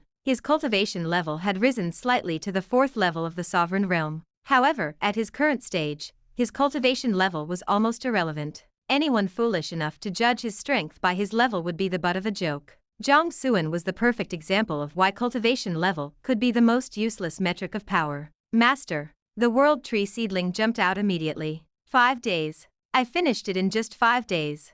Well done, Jiang Xuan praised calmly. He pulled the seedling back into his dantian and summoned the Shennong Ding. After inspecting it briefly, he used one of his gift-giving opportunities to send the cauldron to Nangong Mingyue. He remembered the spirit mentioning that the cauldron could be used to refine the Phoenix memories. He didn't know if it would work, but he had no other way to help her at the moment. He had to try. 3 years. Jiang Xian's eyes lowered, deep and unreadable. After a moment, he pushed his thoughts aside and stepped out of the cultivation cave. Zhang Changshao had been standing guard outside. He was reclining on a white jade bed, but he looked up at Jiang Xuan and asked with a light smile, "How was the harvest?" "It was all right," Jiang Xuan said, shrugging his shoulders. "I want to find a heavenly god to test my hand against." Zhang Changshao froze. "Test your hand against a heavenly god?" It took a second for the words to sink in. His pupils shrank, and he practically leaped off the bed. "What the hell? Did you take some kind of forbidden drug or something?" Chapter 536. Mutation in Fengda City. Jiang Xuan simply smiled. He did not answer Zhang Changshao, but instead asked, "What is the situation now?" Seeing that Jiang Xuan was not inclined to elaborate, Zhang Changshao curled his lip and tactfully dropped the subject. "Things are going smoothly for now," he said. "Following your orders, we have used Tianshao City as a base and raised the banner of the Profound Sect. Fengda City has also been secured. The spatial teleportation arrays are fully operational, and the powerhouses and geniuses of the Zhang family are arriving in waves. The experts of the Nangong clan are all in position as well. They are currently overseeing the conquest of several nearby ancient cities. Zhang Changshao added with a strange expression, "The Azure Cloud Sword Immortal is truly risking it all this time. It seems he brought every single Divine Realm expert from the Nangong family with him. I suspect the only ones left back at their estate are a few ancestors still in deep slumber." Jiang Xuan's eyes flickered. He was not surprised. The Azure Cloud Sword Immortal had planned this move since they first arrived in the Chaos main domain. However, even if it was expected, the Nangong clan was risking everything to support him. He made a mental note to remember this debt. "There is another unexpected gain," Zhang Changshao continued, looking at Jiang Xuan with a mischievous grin. Jiang Kefeng's subjugation of Fengda City has clearly alarmed the city lords of the Chaos main domain. They have formed a coalition to crush your profound sect before it can take root. 2 days ago, Lisha City launched a sudden attack on Tianqiao City. That was a calculated probe by the Alliance to gauge our strength. Jiang Xuan raised an eyebrow. All these cities in the Chaos main domain have actually joined forces? Indeed, Zhang Changshao teased. Who would have thought a place defined by chaos could become so unified and harmonious? It is certainly unexpected, Jiang Xuan nodded, falling into thought. Is this because of Senior Zhang Kefeng? Exactly. The presence of Zhang Kefeng and Ximon Shenji led them to believe the profound sect is a puppet of the Dao sect,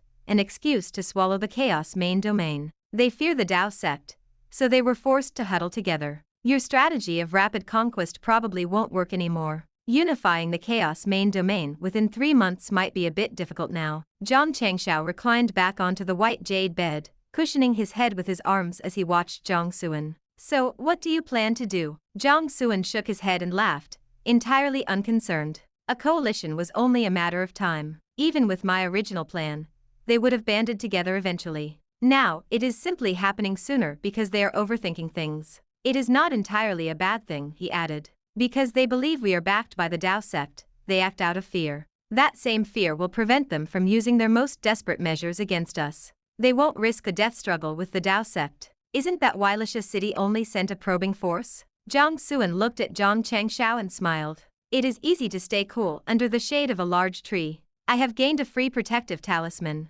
Why shouldn't I be able to unify the domain in 3 months? Zhang Changshao froze. Jiang Xuan's logic was actually sound. He cursed inwardly, wondering if he would have to watch the boy show off again. He shook his head and spoke in a heavy voice. No, you are making it sound too simple. For now, they might be wary of the Dao sect. But the profound sect is a direct threat to their territory. Even a cornered rabbit will bite. If you continue to strip them of their power, they will not remain indifferent. Do not forget, this is the Chaos main domain. The name of the Dao sect might intimidate them, but it won't make them stand aside while you cut their flesh. Jiang Xuan shrugged, appearing completely unbothered. Seeing this casual attitude, Zhang Changshao's expression turned stern. You cannot afford to be careless. Relax, Jiang Xuan waved his hand. I know what I am doing. Do you have another hidden card? Zhang Changshao asked. He knew the boy had endless tricks. If Jiang Xuan said he was prepared, he usually was. To his surprise, Jiang Xuan shook his head. No. Zhang Changshao stared at him with suspicion. Truly none? It is just the Chaos main domain. Why would I need a hidden card for that? Jiang Xuan laughed. Zhang Changshao was speechless. His heart sank. Jiang Xuan had always been steady, but this time was different. The coalition possessed 4 pseudo-saints and over 30 divine sovereigns. It was a terrifying amount of power. Even the Dao sect would hesitate to clash head-on with such a force without a saint. On their side, they only had 7 divine sovereigns, including himself. They were being ruthlessly crushed in terms of top-tier strength. Yet Jiang Xuan showed no worry at all. Zhang Changshao feared the boy was finally becoming overconfident. At that moment, Zhang Qingtian entered the realm. His expression was grim. Seeing that Jiang Xuan was out of meditation, he felt a slight relief, but his brow remained furrowed. It is a good thing you are out, Zhang Qingtian said. Something has happened in Fengda City. Jiang Xuan's brow knitted. What happened? An hour ago, a sudden mutation occurred. With Fengda City as the center, the world for 10,000 miles around collapsed and distorted. An endless torrent of yin evil ghost chi erupted. Every cultivator in the city was instantly eroded. Their souls were shattered, turning them into fierce ghosts. Fengda City has completely transformed into a ghost domain, Zhang Qingtian spoke solemnly. Seniors Zhang Kefeng and Ximon Shenji were inside. Their fate is unknown. Fengda City has become a ghost domain? Jiang Xuan and Jiang Changshao widened their eyes in shock. This sudden catastrophe had caught them completely off guard. Jiang Xuan immediately rushed out of the realm and activated a divine ability to gaze toward the city. Right then, a massive rumble shook the entire Chaos main domain. Through the impenetrable shroud of ghost chi, a blood-red light suddenly shot upward. This divine light pierced through the heavens and the earth, reaching straight into the firmament. A chilling aura, cold as death itself, blanketed the entire region. Countless cultivators shuddered, feeling a primal chill as if facing an indescribable horror. Hidden within the ghost chi, Fengda City began to rise slowly into the air, following the path of the blood-red light. Eerie green flashes pulsed from the structure, making it look like a piece of the netherworld itself. The screams of fierce ghosts began to ring out. They were not loud, but they echoed strangely, and directly within the minds of everyone present. The screams only began to fade once the city reached midair, and came to a slow halt. Just as everyone was beginning to breathe a sigh of relief, it happened. A soul-wrenching shriek erupted directly within the sea of consciousness of every single person in the Chaos main domain. It was without warning and impossible to defend against. Bang, bang, bang. In an instant, countless cultivators with weak souls found the shriek unbearable. Their consciousness shattered, and their bodies exploded like bombs, sending flesh and blood flying. Even Jiang Xuan's face turned pale. He had practiced the Teihao profound scripture, and his soul was exceptionally powerful. Yet even he had his consciousness shaken, and his soul bruised by that single scream. That shriek had covered the entire domain. It was hard to imagine what kind of power could do such a thing. What was happening in Fengda City? Then, a voice echoed in everyone's mind again. It was the voice of a woman. It was clear the horrific shriek had come from her. Her voice was trembling with sobs, as if she were in immense pain. "I was wrong. I was wrong. I beg of you." Her tone shifted abruptly into a piercing, agonizing roar. "Kill me. Come and kill me quickly. I will give you anything. The equinox flowers. The waters of the yellow springs. The medicine of immortality. I will give it all to you. Kill me. As long as you kill me, all of it is yours. Hurry, do it now." Chapter 537. Songde, the Chaos Saint. Equinox flowers? The waters of the yellow springs? The medicine of immortality? Countless cultivators across the Chaos main domain were jolted from their terror. They stared with wide-eyed shock. Weren't these the legendary treasures said to exist only in the depths of the netherworld? Could it be that the mutated Fengda City truly contained such divine artifacts? Suddenly, the thick veil of ghostly miasma parted. The transformed Fengda City reappeared, though it was unrecognizable. Sinister palaces towered within the city walls, radiating a cold energy that made the very soul tremble. Countless ghosts howled in savage fury. Above the palaces, a massive and mysterious vision manifested. The murky waters of the yellow springs flowed through the sky, carrying countless white bones and drifting souls within its current. A weathered wooden bridge arched over the water. At one end, a massive line of ghosts stretched into infinity. At the other stood a woman in white. Bloody tears streamed from her eyes. With mechanical precision, she used a stone ladle to scoop the yellow spring's water, offering it to each passing soul. As each ghost drank, she reached out with her other hand, tore the spirit apart, and shoved it into her mouth. The sound of wet, rhythmic crunching echoed clearly in the ears of every witness. Behind the bridge, a phantom of the 6 paths of reincarnation rotated slowly. Its deep, profound laws seemed to maintain the turning of the world itself. The 6 paths of reincarnation, the bridge of helplessness, Mangpo. This is the Netherworld Bureau. Cultivators familiar with the ancient legends cried out in disbelief. The netherworld had descended upon their world. The blood-red light piercing the heavens suddenly exploded. It shattered into bleeding Dao runes that branded themselves onto the void. An ancient, somber murmur followed. It sounded like an entity of supreme evil whispering from the depths of an abyss directly into the ears of the living. The ghost city of Fengda has opened. The 10 Yama kings, it is time to return to your seats. As the ancient voice faded, the Chaos main domain shook violently once more. Huge quantities of ghost energy erupted from beneath the 4 other main cities, including Reincarnation City. The dark mist swallowed the cities instantly. Millions of cultivators were corrupted, turned into fierce ghosts as their homes transformed into morbid domains. "No, no!" Song Wuji, the lord of Reincarnation City, roared in terror. Following that whispered command, a line of blood appeared on his forehead. It began to greedily devour the surging ghost energy. Even a body as strong as his, a pseudo-saint, could not withstand the pressure. A wet explosion rang out. Flesh and blood sprayed in every direction. The city lord was killed instantly, leaving behind nothing but a skeleton of polished white bone. Yet, the bloodline on the skull's forehead continued to flicker wildly. The ghost energy poured in, reforming a new body over the bones at a visible speed. The figure looked identical to before, but its face was now shrouded in an impenetrable, hazy mist. The figure raised its head. His eyes were replaced by a crimson glow, radiating slaughter and madness. I am the wheel-turning king. I have returned. He took to the sky, streaking toward the ghost city of Fengdu. Just like him, the lords of the other three main cities had undergone the same transformation. Corrupted by the ghost energy, they all flew toward the central city. The four figures landed before the gates of the ghost city. They stood like gods of the underworld, their combined pressure so immense that the space around them warped and twisted. They seemed to recognize one another,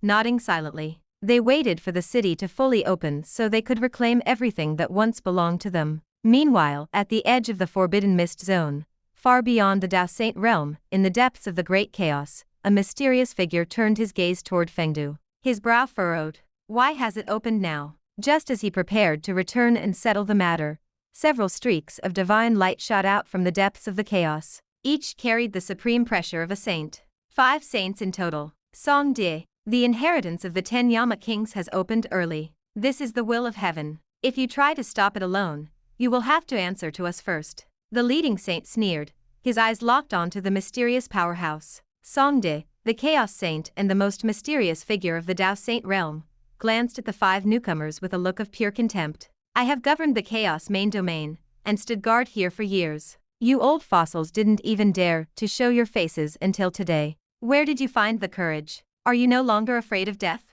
The faces of the 5 saints darkened, their eyes burning with rage. Spare us your arrogance, the leader barked. You will not take a single step back to the Dao Saint realm today. If you try, our 5 armies will invade and pull your world down. As he spoke, endless divine light flared in the chaos. Massive pockets of space opened up, revealing millions of warriors. Their killing intent was suffocating. These were the combined armies of the Ghost, Barbarian, Azura, Bone, and Blood Nightmare races. Song De narrowed his eyes. A cold light flashed as he looked at the leader, the Grand Priest of the Ghost race. This was a top-tier powerhouse whose strength was second only to the Ghost Emperor. So, you came prepared, Song De sneered. You have certainly gone through a lot of trouble for the inheritance of the 10 Yama kings. Suddenly, Song De flicked his finger. He sliced through the chaos, creating a bottomless abyss between himself and the 5 saints. The sheer display of power forced the 5 to retreat instinctively, their expressions changing. Song De looked at them coldly. Today,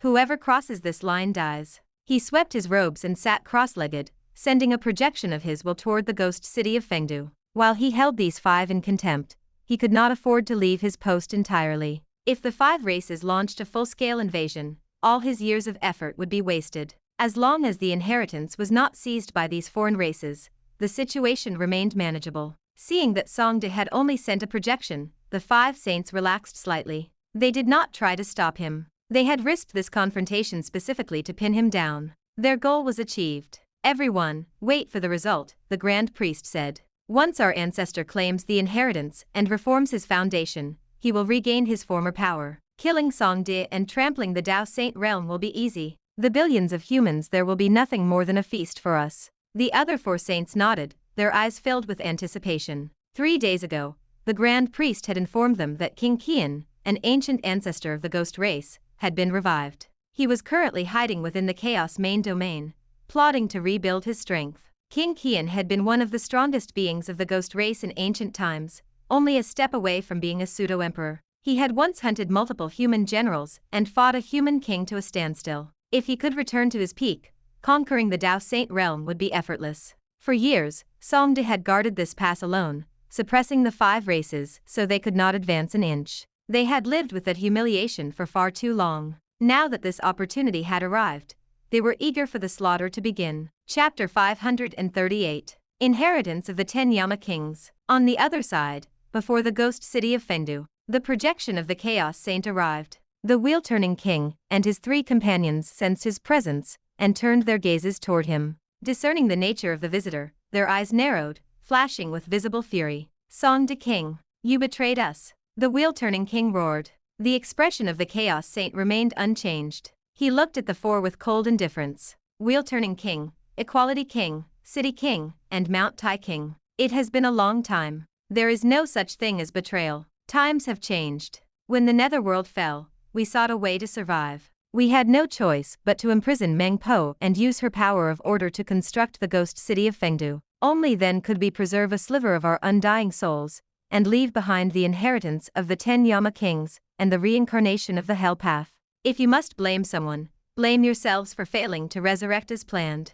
I, on the other hand, succeeded in waking first. The Chaos Saint calmly recounted the past, his voice light. On the contrary, you should thank me. I did not move to stifle you in your sleep. I gave you the chance to try again. The four fell silent. They could not refute him. Upon their recent awakening, they had inherited the memories of their previous incarnations. The fact that the wheel-turning king had been the lord of Reincarnation City proved the saint spoke the truth. In memory of our past ties, I will not compete with you for the inheritance of the 10 Yama kings. Besides, in my current state, I no longer have a need for it, the Chaos Saint said. I have only one requirement. Speak, the wheel-turning king muttered. The reincarnation of the Hell Path.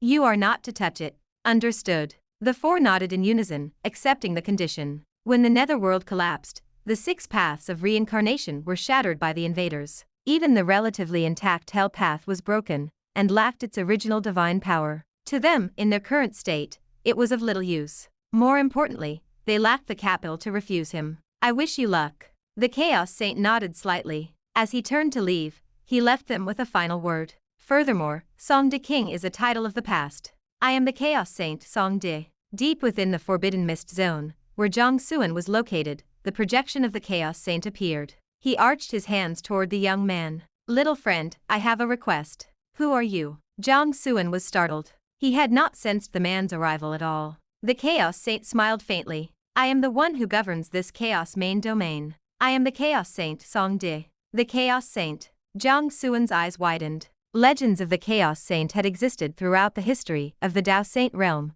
yet no one had ever seen him. He had only been in the Chaos main domain for a few days. Was his luck truly this high? Beside him, Zhang Changxiao and Zhang Qingtian were equally shocked. They looked at the saint with curiosity and a touch of instinctive reverence. He was, after all, a saint of great renown. The Chaos Saint did not offer a lengthy explanation. He got straight to the point, explaining the origin of Fengdu and the inheritance of the 10 Yama kings. He held nothing back, even detailing his past grievances with the wheel-turning king and the others. I hope you will enter the ghost city of Fengdu and seize the inheritance of the 10 Yama kings, he concluded. Even if you cannot take it for yourself, you must destroy it. Do not let it fall into the hands of others. The 10 Yama kings? Zhang Changxiao and Zhang Qingtian felt a surge of shock. Did the netherworld truly exist? Their respect for the saint deepened. According to him, his previous life was that of the legendary ghost god, who ruled the Hall of Songde. Jiang Xuan remained silent, lost in thought.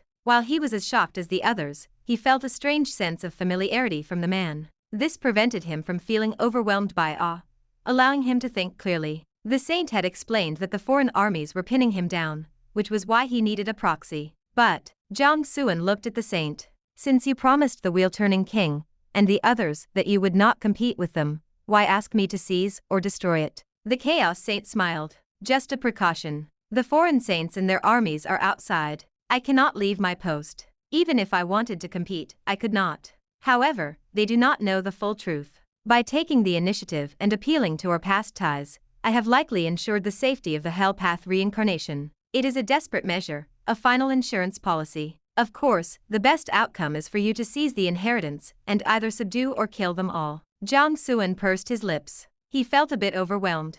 Who were those people? They were Yama kings who had once ruled over ghost halls. Despite his talent, he felt outmatched. The Chaos Saint saw his concern. I know you worry about their strength. You need not. Fengdu was built as a place of inheritance to ensure our survival, and it still holds Mengpo. Therefore, it has special restrictive rules. Anyone below the saint realm who enters will be suppressed to the true god realm. As for saints, the saint's eyes turned cold. If any saint within the Dao Saint realm dares to make a move, I will personally cut off their hands. His tone was calm, but the sheer dominance in his words felt like a storm. Then, his voice softened. I trust that with your combat power, facing a few true gods should not be an issue. True god realm. Jiang Xuan pondered. If they were limited to the true god level, he could attempt it. He wasn't particularly interested in the inheritance itself. He already possessed techniques, like the Teihao profound scripture, and the realm divine ability that could rival or surpass it. His true motivation was a hunger for battle. He needed to increase his strength rapidly to save his wife, whose life hung in the balance. Furthermore, if he helped the Chaos Saint, his goal of unifying the domain might become much easier. I have one thing I don't understand,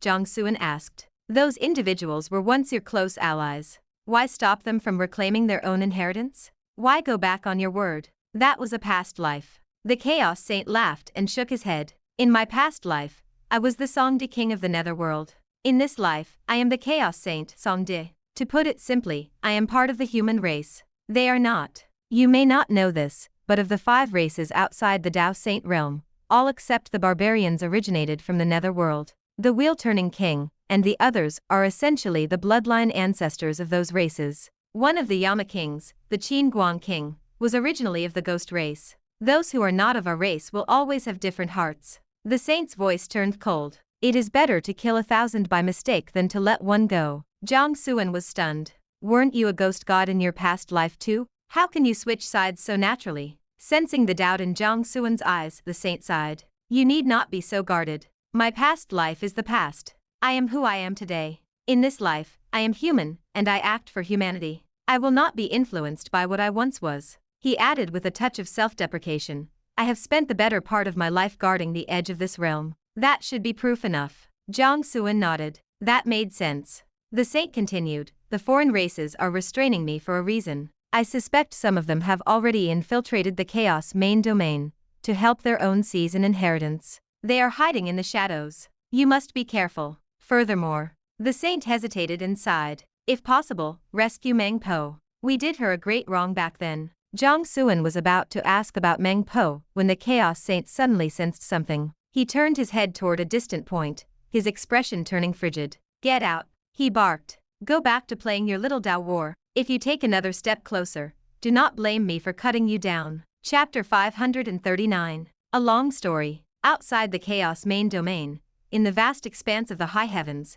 immortal Lord Minghong stood with eyes lowered. His expression was grim. Though his rage burned hot, he knew this was not the time for an outburst. Suppressing his anger, he spoke in a heavy, resonant voice. I have no intention of violating the Chaos main domain. I come today only to seek the inheritance of the King of 5 Genes. I hope the Chaos Saint can show some flexibility. State your conditions, and I shall meet them. The Chaos Saint's face darkened with impatience. Do you not understand plain speech? I told you to get out. Minghong fell silent for a moment. His gaze turned icy as he finally unleashed his fury. I spoke to you with civility only, because I respect your duty in guarding the edge of the Dao Saint realm against the 5 races. Since you refuse to accept my courtesy, do not blame me for using any means necessary. You know the origins of my immortal sect. Whether the Dao Saint realm falls or not is of no concern to us. The Chaos Saint frowned.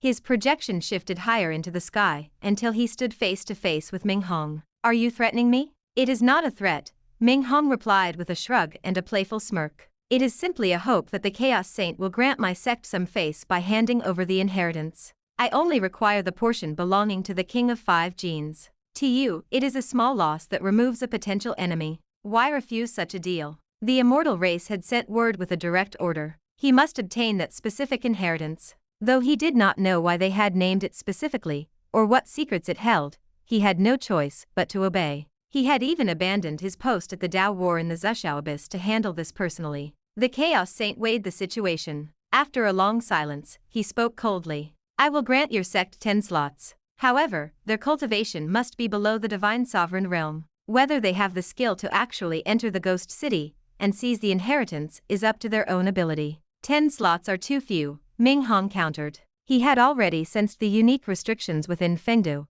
so he did not object to the cultivation limit. Once inside, everyone would be suppressed to the true God realm, putting them on equal footing. He had full confidence in his disciples, but 10 people were hardly enough for such a fierce competition. I am not negotiating with you, the Chaos Saint said, his voice flat. I am willing to make a concession for the sake of the realm's stability, but do not mistake that for a license to push your luck. Perhaps you would like to see if I can kill you before the 5 races manage to break through the line. As the words fell, a sharp, cold intent locked onto Minghong. The saint's killing intent manifested physically, appearing as jagged streaks of deep crimson lightning across the sky. Minghong's heart skipped a beat. He was wary. He knew the figure before him was only a projection, and he had used the saint's current predicament as leverage. But the intent now pinning him down came from the saint's true body, at the edge of the chaos. If pushed too far, the chaos saint might actually abandon the defense line just to take his life. As the oldest saint in the realm, the chaos saint was an enigma. No one knew his true origins or the full extent of his power. Minhong did not want to gamble on whether the man truly had the strength to slay him. He decided to take the win while he could. When does the ghost city open? In half a day, the saint replied. Very well. Minhong nodded and vanished, heading back to the immortal sect to select his best candidates. The chaos saint watched him leave, his eyes narrowing with a lingering chill. The immortal sect. The immortal race. Then, he turned his gaze toward another direction. In the deep, misty void, two figures emerged. They were the second and third Dao lords of the Dao sect. They nodded toward the saint in greeting. Fellow cultivator, you have guarded the boundary and ensured our peace for 10 million years. We are profoundly grateful. The chaos saint ignored the sentiment. Such words were meaningless to him. He looked at the pair and frowned.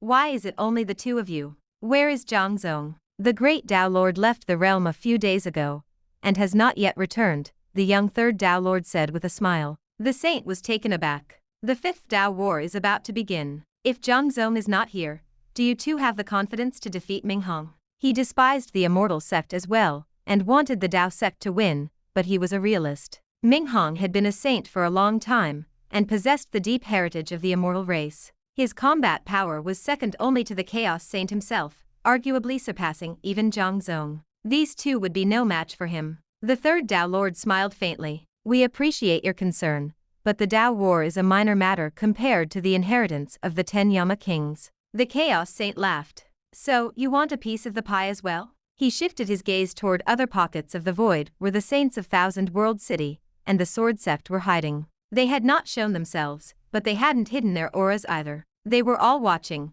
waiting for a chance at the treasure. The void rippled as their presence fluctuated, but no one stepped out. They wanted the inheritance, but they feared the chaos saint. More importantly, they were not as shameless as Minhong. They couldn't bring themselves to threaten the man who was currently holding the line for their entire world. They still had a shred of dignity left. You overstate the case, the third Dao lord continued, casting a pointed glance toward the hidden saints. You have sacrificed so much for this realm. If we were to take advantage of your crisis to steal your inheritance, well, we would hardly be human, would we? The hidden saints from Thousand World City and the other factions felt their faces darken. They emerged from the void, looking at the third Dao lord with distinct annoyance. Are you finished insulting us? But the situation was what it was. They cared about their reputations and didn't want to provoke the chaos saint. Even though they knew the third Dao lord was mocking them, they played along. The third Dao lord is correct. As members of the Dao saint realm, we would never commit such a shameless act. The chaos saint gave a noncommittal smile. Everyone present knew the truth, but there was no need to tear away the veil of politeness. He was pleased, however, that the third Dao lord's taunts had successfully blocked the others from demanding slots. This meant the competition for Jiang Xuan would not get any worse. Without another word, the saint flicked his sleeve and vanished. The other saints followed suit. Since there was no longer any hope of getting a share, there was no point in staying. They also wanted to avoid any further output from the third Dao lord. Compared to them, he was young, hot-headed, and prone to saying anything. Watching them leave, the third Dao lord looked quite pleased with himself. You really need to learn when to hold your tongue, the second Dao lord said, shaking his head. Mocking them achieves nothing. It only makes them resentful. They will find a way to trip you up later. How can you say it achieves nothing? The third Dao lord replied. Aside from winning the chaos saint's favor, we just cleared a lot of obstacles for young Jiang Xuan. Why wouldn't we do that? The second Dao lord looked confused. Why are you helping Jiang Xuan? The third Dao lord froze. Isn't Jiang Xuan the young Dao lord appointed by the great Dao lord? Who told you that? The second Dao lord frowned. The great Dao lord chose a successor. I have been in seclusion, but how could I not be informed of something so significant? Am I not the second Dao lord? The third Dao lord's smile stiffened. He suddenly realized that, well, it hadn't actually happened. Before leaving the realm, the great Dao lord had only told him to keep an eye on Jiang Xuan and help him if necessary. The title of young Dao lord was something the great elder and the other old men had simply assumed, and over time, he had started believing it too. It was the great elder's fault. He had led him astray. The third Dao lord refused to admit he had jumped to conclusions just because Jiang Xuan and the great Dao Lord shared the same surname. What is the truth then? The second Dao Lord asked, looking more perplexed by the second. When did the great Dao Lord appoint him? Why was I never told? And I heard this Jiang Xuan started his own sect, the profound sect. If he is our successor, why start his own house? The third Dao Lord smacked his lips and gave a dry cough. Well, that is a long story. Chapter 540. Jiang Qinqin, the Immortal Sect. Dong, dong, dong. The immortal bell rang out. The immortal bell was the instrument used by the immortal lord to summon the immortal seeds. Its resonance meant that a matter of great importance was unfolding within the sect. Inside the Hall of Eternal Life, immortal Lord Minghong sat high upon his throne. Below him, over 700 immortal seeds stood with bowed heads. They shouted in unison, "Greetings, immortal lord." These so-called immortal seeds were disciples who had passed Minghong's rigorous tests. They had been granted a sliver of the immortal race bloodline and marked with its brand. They were officially recorded as members of the immortal race, waiting only for the ascension platform to open once every 10,000 years so they could shed their mortal coils and achieve true immortality. The selection process for an immortal seed was brutal. Usually, only one was chosen every decade. These 700 individuals represented over 7,000 years of the sect's accumulated foundation. However, the number of immortal seeds had once been much higher. Minghong looked down at the 705 disciples, his eyes as dark and heavy as deep water. The number of seeds had plummeted by another 53. This decline had been happening for some time. The ascension platform was set to open in just 7 months. He should have had over 1,000 seeds ready for the immortal race, yet nearly 300 had vanished or perished without warning. The most frustrating part was that he could find no trace of them. These disciples seemed to have evaporated into thin air, leaving no clues behind. Who is plotting against my sect in the shadows? Minghong was furious. But with the ongoing Dao War and the critical nature of the 10 Yama King's inheritance, he could not afford to divert his attention toward a detailed investigation. He was forced to suppress his rage and set the matter aside for now. The inheritance of the 10 Yama Kings is about to open. I must choose 10 from among you to enter the ghost city of Fengdu and seize the legacy of the King of 5 Genes. Minghong scanned the crowd and spoke in a heavy voice. This is a matter of immense importance. Whoever successfully brings the King of 5 Genes back to me will be granted a complete immortal bloodline. You will not need the ascension platform. You will achieve immortality instantly. The room suddenly fell silent as hearts raced. The 700 disciples stared with burning eyes. Achieving immortality instantly without the platform? It was an incredible reward. Their entire lives were dedicated to this pursuit. Many had waited hundreds or even 1,000 years for their chance. While the opening of the platform was near, success was never guaranteed. Historically, only 40% of the seeds survived the platform's trials to join the immortal race. Among so many, who could be sure they were part of that 40%? No one. But now, seizing the inheritance offered a guaranteed path. This was a priceless second chance. Great immortal lord, I am willing to go. While the others were still reeling with excitement, one man stepped forward and bowed. He wore black robes and stood nearly 8 feet tall. His posture was straight as a spear, and his aura was as deep as an abyss. There was a heavy, restrained power about him. Just standing there, he exerted a pressure like a towering mountain. The other seeds looked at him with a mix of wariness and respect. No one spoke up to challenge him. Hardly any showed even a hint of resentment as he claimed the first spot. This man was Gasamoy, the saint son of the ancient Gasa clan. He possessed the polar night Dao body. At the start of his cultivation, he had pushed his soul to the absolute limit and forged a perfect foundation. 1,000 years ago, he had entered the divine realm and was considered invincible among his peers. 900 years ago, his talent won him the status of an immortal seed. During his 9 centuries as a seed, the Samoy had traveled the worlds beyond the Dao Saint realm to temper himself. It was said that 50 years ago, he had reached the peak of the heavenly god level and was touching the threshold of a divine sovereign. After another 50 years of refinement, his foundation, soul, and body were likely flawless. He was simply waiting for the right moment to ascend. Minghong looked at Gasamoy with satisfaction. Among the 1,000 seeds he had personally chosen over the millennia, Moy was his favorite. With him leading the team, the inheritance was as good as won. Dozens more stepped forward, eager to volunteer. They eyed each other with hostility, nearly coming to blows over the remaining spots. Eventually, Minghong intervened and personally selected 8 more. As for the final spot, Minghong lowered his eyes in thought before speaking. Jiang Qinqin, you are also from the Jiang family, and know much about Jiang Xuan. You will take the final place to assist Gasamoy and the others in dealing with him. 2 months ago, before Jiang Xuan had even entered the Dao Saint realm, Jiang Qinqin had arrived with a peace offering. He begged to join the immortal sect, claiming he was from the main line of the longevity Jiang family, and shared a blood feud with Jiang Xuan. He claimed to know Jiang Xuan inside and out and promised to help the sect destroy him and uproot the Jiang family entirely. At that time, Jiang Xuan was busy sweeping through the Apocalypse Sword Tomb and slaughtering immortal sect disciples. Ming Hong had investigated Jiang Qinqin's claims, and upon confirming the deep hatred between the two, he had accepted him without hesitation. So far, the boy's talent had proven exceptional. Under Ming Hong's endless supply of resources, he had grown into a void god in just 2 months.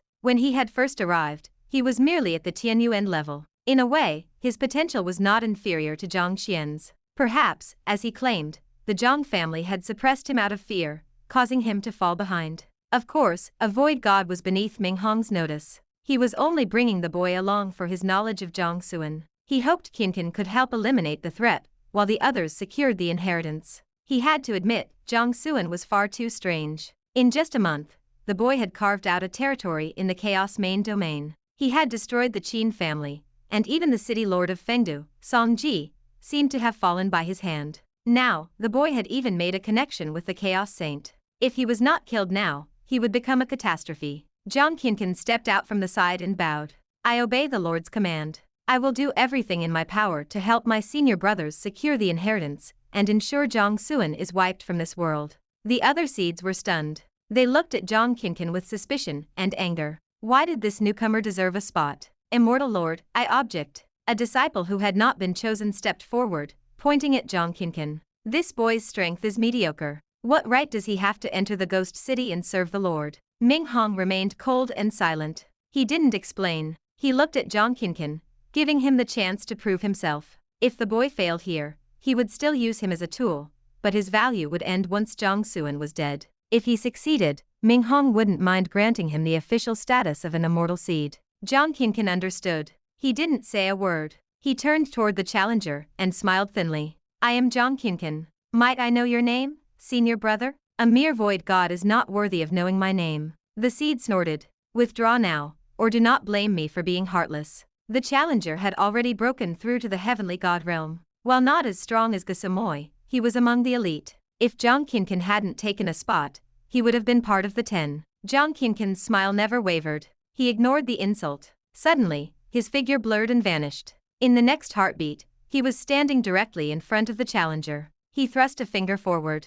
A mysterious swirl of yin and yang energy surrounded his hand. A terrifying pressure locked the other man in place. His cultivation, his body, and his soul were all suppressed instantly. The finger pressed against the challenger's forehead, and a drop of red bloomed on the skin. The disciple's eyes widened. The fear of death flooded his system, making him tremble uncontrollably. His mind was screaming. Wasn't this boy a void god? How could he be this strong? My apologies, Jiang Qinqin said softly. He suppressed the hunger in his heart to devour the man. He withdrew his power and stepped back, standing calmly to the side. The hall fell into a profound silence. The 700 seeds were in shock, unable to process what they had just seen. Even Gasamoy looked over with a serious expression. This boy could not be ignored. Ming Hong was also surprised by the display of power. He looked deeply at Jiang Qinqin and nodded. Not bad. Thank you for the praise, Lord.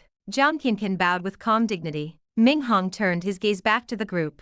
Remember, the inheritance of the King of 5 Genes is your priority. But if you find an opportunity, you must kill Jiang Xuan. The bounty on his head remains in effect. Yes. They shouted in unison. Jiang Qinqin bowed with the rest. No one noticed the dark, shimmering light in the depths of his eyes, or the faint, predatory smile on his lips. Not only could he devour these seeds to absorb the immortal bloodline, but he could also settle the score with Jiang Xuan, and avenge the destruction of the Yinying sacred ground. And the 10 Yama King's inheritance was waiting for him too. This trip was going to be a magnificent harvest. Chapter 541, Zhang Qing the Emperor of Yama. Within the Forbidden Mist Zone, the projection of the Chaos Saint returned once more. He looked at Jiang Xuan and offered a warning. The Immortal Sect will be participating in this. Their primary objective is the inheritance of the King of 5 Senses. However, given your long-standing history of conflict with them, they will likely arrange for specialists to hunt you down. You must remain vigilant.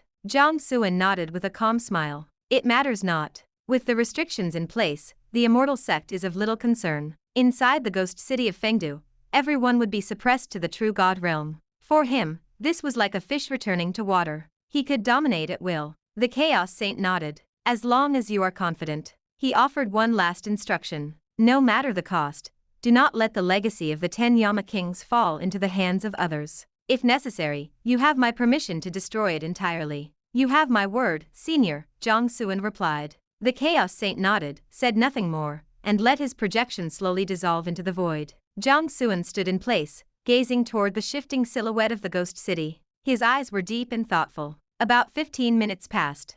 Zhang Changshao stepped out from the Shennong Pill realm. Behind him followed two figures shrouded in dense, swirling ghostly energy, and terrifying vision of hell manifested in their wake. A Pluto king and a ghost mother stood atop a mountain of bones and a sea of blood, each holding a ghostly city in their hands as they roared toward the heavens in savage fury. Sometimes I truly envy your luck, kid, Zhang Changshao said with a hint of playful bitterness. Jiang Xuan pulled his gaze away from the city and looked toward the group. His expression froze in shock. Jiang Qing, Jiang Hong, we pay our respects to the young patriarch. Jiang Qing and Jiang Hong bowed in unison. Jiang Xuan noted the thick ghost energy surrounding them and asked with confusion, "What has happened to you both?" To answer the young patriarch, "For reasons we do not fully understand, our constitutions began to mutate. This change provided us with a flood of inherited memories," Jiang Qing explained respectfully. "Those memories guided us here to the Dao Saint realm, telling us that something important is waiting for us."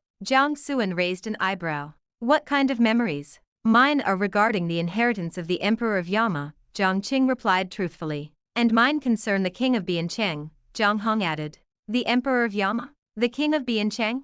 Jiang Xuan was stunned. A ripple of surprise went through his heart. These were two of the 10 Yama kings. "So, the two of you are the reincarnations of the Emperor of Yama and the King of Biancheng?" Jiang Xuan narrowed his eyes, his heart filling with caution. The Chaos Saint had mentioned that the 10 Yama kings were original ghost deities. They were the bloodline ancestors of the ghost and Azura races. Historically, they were naturally hostile toward humanity. If Jiang Qing and Jiang Hong fully embraced their past lives, they might abandon their current identities, the Jiang family, and the human race altogether. The siblings immediately dropped to their knees. "Young patriarch, please believe us. The past is the past, and this life is this life. We have been disciples of the Jiang family from the beginning, and we hold no treacherous thoughts. My sister and I were determined to come to the Dao Saint realm solely to help you." Jiang Qing looked up at Jiang Xuan. "According to my memories, the Emperor of Yama is the head of the 10 Yama kings. His authority far exceeds the other 9. Within the ghost city of Fengdu, he holds higher permissions and can manipulate part of the city rules. Furthermore, whether it is the reincarnation of the Hell Path or the imprisoned Meng Po, they both require the consent of the Emperor of Yama. My permission is needed to unseal or release them." Jiang Qing continued earnestly, "Combining these memories, I predicted that the reincarnation and Meng Po might be of great use to you. After discussing it with my sister, we petitioned the mountain ancestor to come here. If the young patriarch had not risked himself to help us awaken our Pluto and ghost mother constitutions back then, the ghost energy would have consumed us long ago. We would be dead.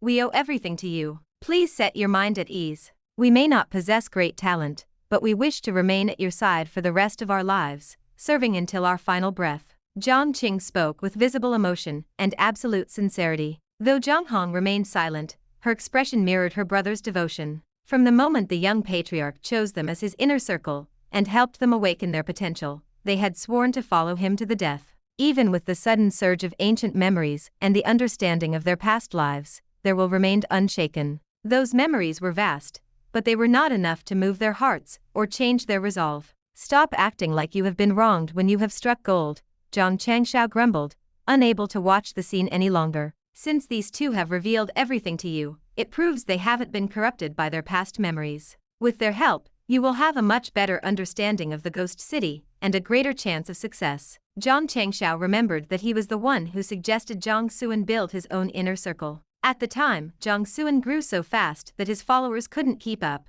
making them seem redundant. He never imagined that among those followers were the reincarnations of 2 ghost deities. "What kind of luck is this?" Jiang Xuan looked at the siblings and nodded slowly, letting his suspicions fade. He waved his hand to lift them to their feet and changed the subject. I recall giving you the task of 10,000 heroes. How did that go? Did you complete it? The siblings felt a surge of joy. The fact that the young patriarch asked about their progress meant he still viewed them as his subordinates. Jiang Qing answered quickly, "Young patriarch, my sister and I completed it 1 month ago. Senior brother Jiang Yan and the other geniuses also finished the task 2 weeks ago. They were supposed to come to the Dao Saint realm with the rest of our family's elites. However, 3 days ago, Senior Jiang Woody arrived at the Jiang family estate. He claimed that something had happened in the profound light world, and took them all back with him." Jiang Qing paused, a look of hesitation crossing his face. "Furthermore, senior brother Jiang Chen has gone missing." Jiang Xuan was still wondering what could have happened in the profound light world,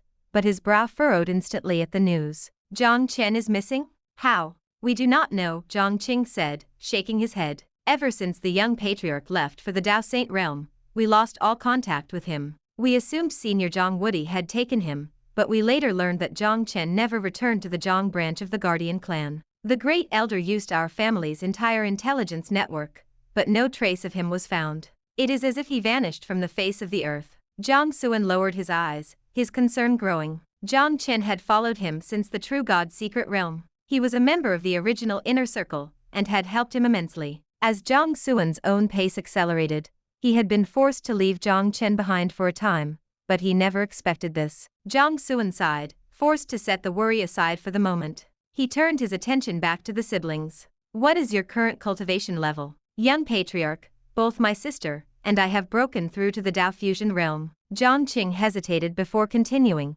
"Based on our memories, if we can reclaim the inheritances we left in the Ghost City, our cultivation will experience an explosive breakthrough. With enough resources, we can reach the level of a true god very quickly." Jiang Xuan nodded thoughtfully. "Wait here. When the Ghost City of Fengdu opens, I will take you inside to reclaim what belongs to you." Chapter 542. Ming Kong. Meanwhile, before the Ghost City of Fengdu, the 4 reincarnated ghost deities, including the wheel-turning king, suddenly opened their eyes as if sensing something. They exchanged looks filled with suspicion and surprise. "I feel as though I just sensed the aura of the Emperor of Yama," the Mount Tai King said in a heavy voice. The wheel-turning king and the other 2 lowered their eyes. They had felt it too. "This is not good news," the Mount Tai King continued, his brow furrowing. "His authority far exceeds ours. Once we enter the Ghost City, if he harbors any private motives, we will all be subject to his control. There is no need to frighten ourselves."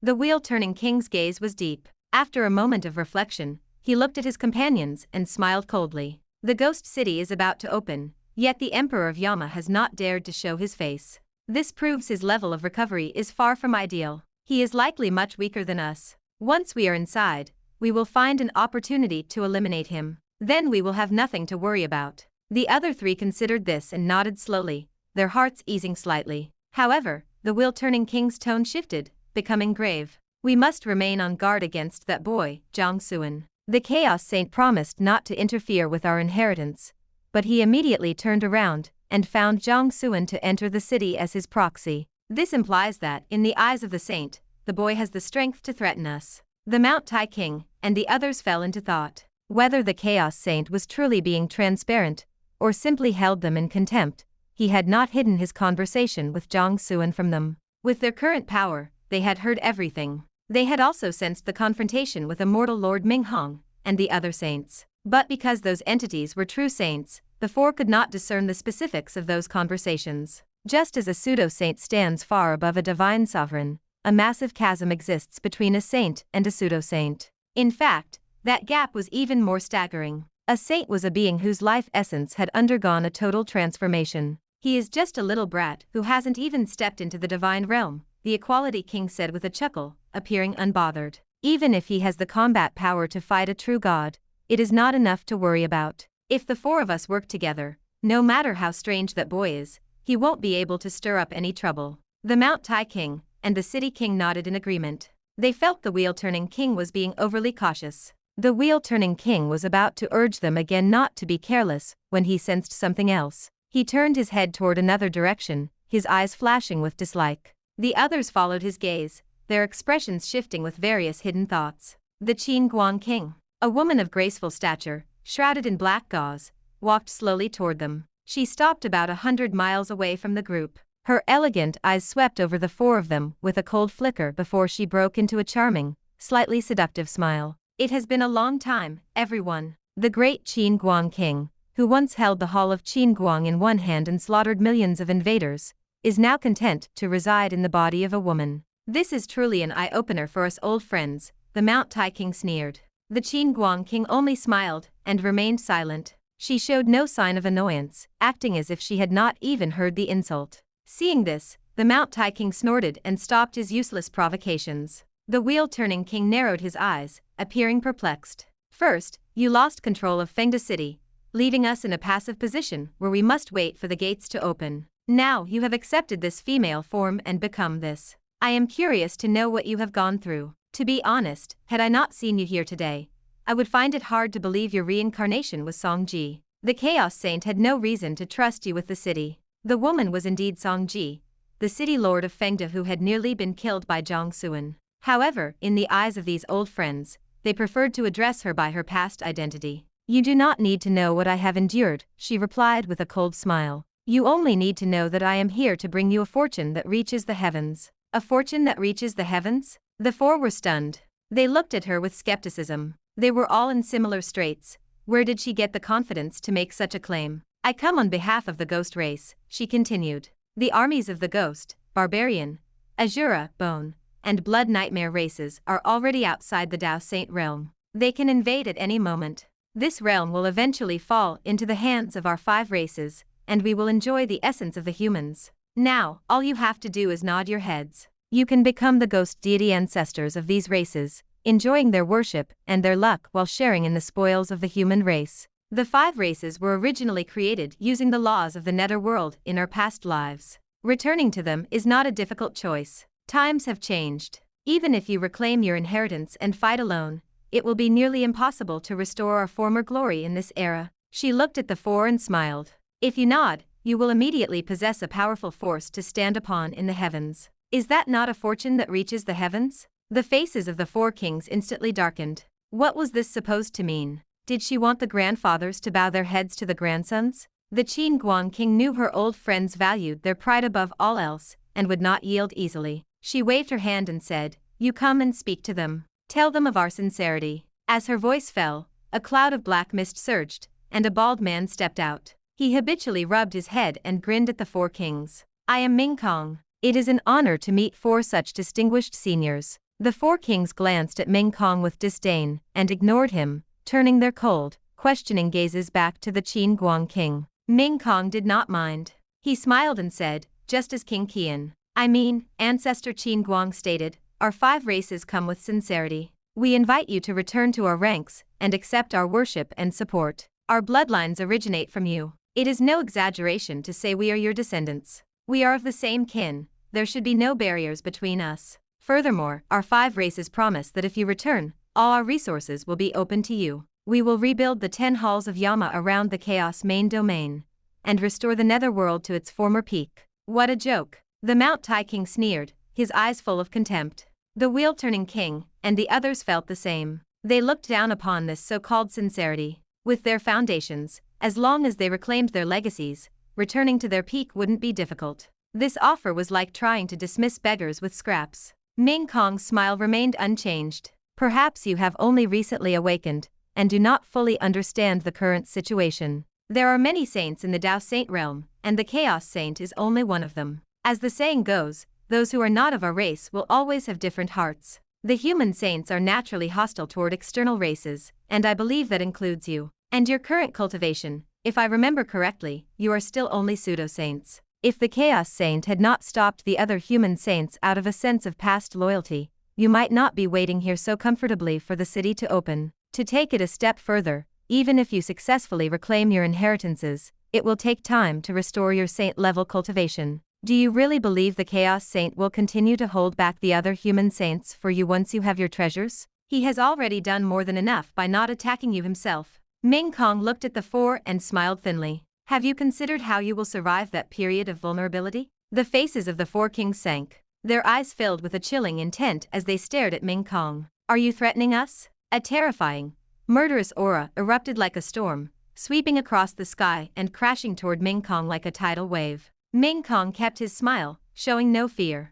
The Qin Guang King waved her hand, brushing the pressure away. Then, Ming Kong spoke softly. You must be joking. How could I ever dare to threaten such famous ghost deities? This is simply a choice for mutual benefit. Surely you do not wish to face a purge by human saints the moment you step out with your inheritance. His tone was playful, almost mocking. Chapter 543. All old friends from Xiantian. The four kings fell into a heavy silence. They exchanged quick, meaningful glances, communicating in the shadows of their minds. After weighing their options for a long time, they reached a frustrating conclusion. The bald youth was right. Even if they successfully reclaimed their ancient inheritances, surviving the hunt of the human saints would be nearly impossible. The Saint Realm was not a place one could simply step into, not even for beings such as them. After a moment of hesitation, the wheel-turning king let out a long, weary sigh. He suppressed the fire of his indignation and gave his consent. A smile spread across the faces of the Qin Guang King and Ming Kong.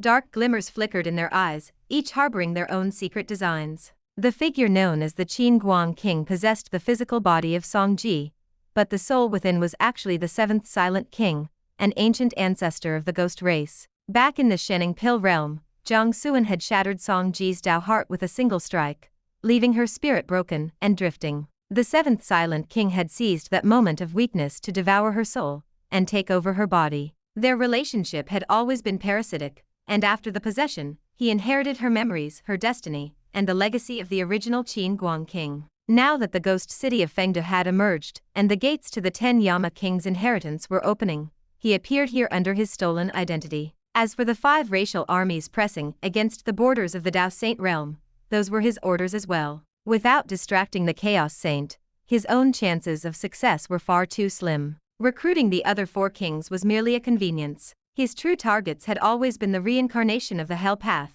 and the imprisoned Meng Po. The reincarnation path could evolve the very bloodline of the ghost race, bringing a total transformation to his people. And Meng Po, he had a premonition that if he could devour her, he would likely restore his former glory and return to the rank of a king. In this era, before the Great Age truly dawned, a king-level power was enough to dominate the myriad races and secure a head start on the path of immortal emperors. Oh, one more thing. I have a small request. Ming Kong spoke up again, his voice casual. I hope you seniors can part with one specific prize. Leave the inheritance of the king of Chuzhong to me. The 4 kings frowned and glanced at the Qin Guang King, assuming this was his directive. After a brief calculation, they agreed. Years ago, they had joined forces to execute the original king of Chuzhong. His legacy would undoubtedly carry a heaven-reaching hatred for them.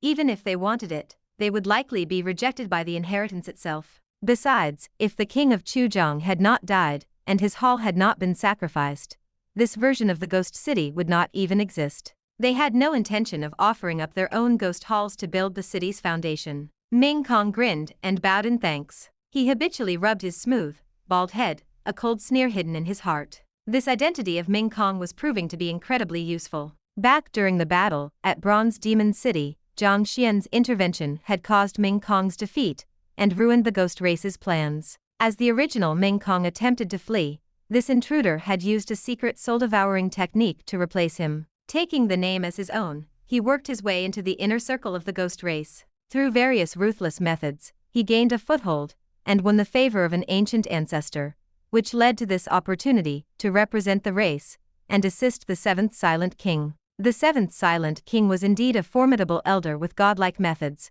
having secured the memories of the Qin Guang King to plot for the treasures within the city. By following him, this intruder was guaranteed a share of the spoils. If all went according to plan, he would soon transform into the king of Chuzhong, one of the 10 Yama kings. Ming Kong looked toward the forbidden mist zone, his eyes shimmering with a haunting light. He knew Jiang Xuan was in there. His lips curled into a faint, predatory smile. Jiang Xuan, do you still remember Wang Su, the man you beheaded outside Bronze Demon City?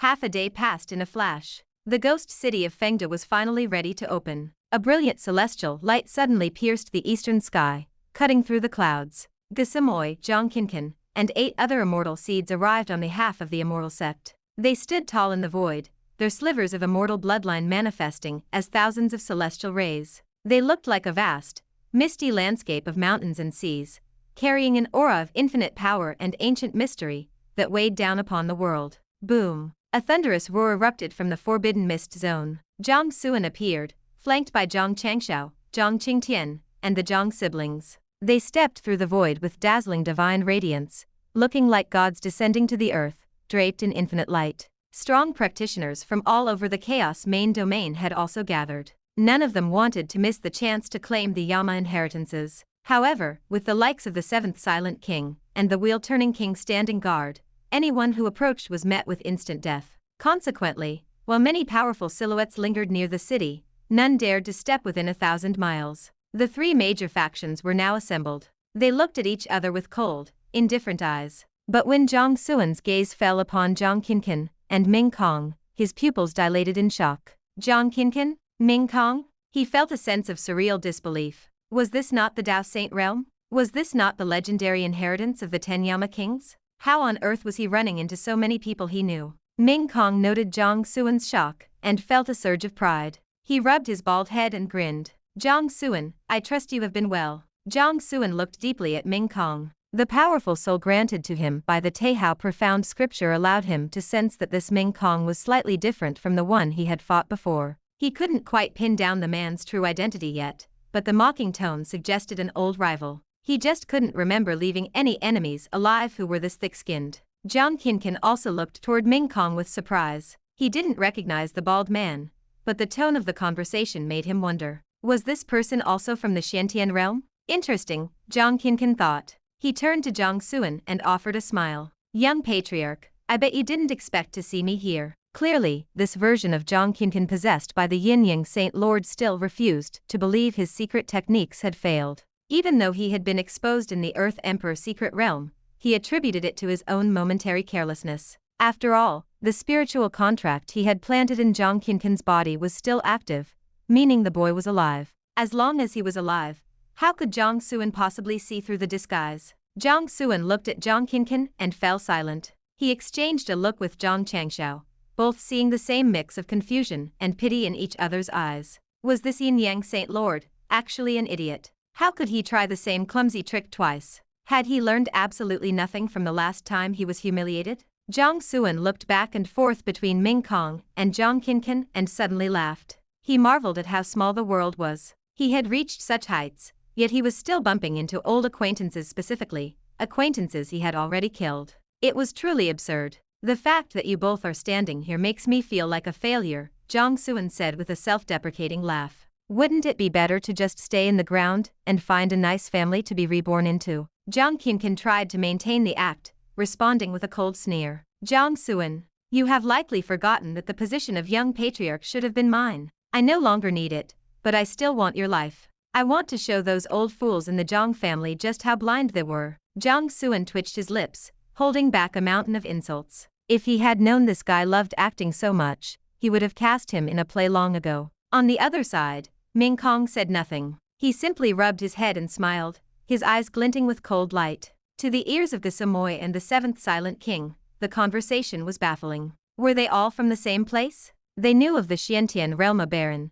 tiny world with hardly any practitioners in the divine realm. How could it produce three such monstrous geniuses? It was unnatural. Before anyone could ask further questions, a piercing, agonizing female scream echoed through the air, reaching everyone's ears. Kill me. Please, just kill me. The blood-red divine light suddenly vanished, transforming into streaks of gore that flowed into the ghost city. Buzz. The massive gates of the ghost city of Fengda slowly creaked open. An endless tide of yin energy and ghostly mist erupted like a volcano, staining the surrounding 10,000 miles in absolute black. Bang, bang, bang. Inside the city, the doors to the various looming palaces flew open. A sinister, deep aura surged out like a crashing wave, spreading in all directions. In the next moment, the sound of rhythmic clicking filled the air. Millions of fierce ghosts crawled out from the city. As if moved by a single mind, they lined up on both sides and knelt, holding their hands high to catch the falling blood-red patterns.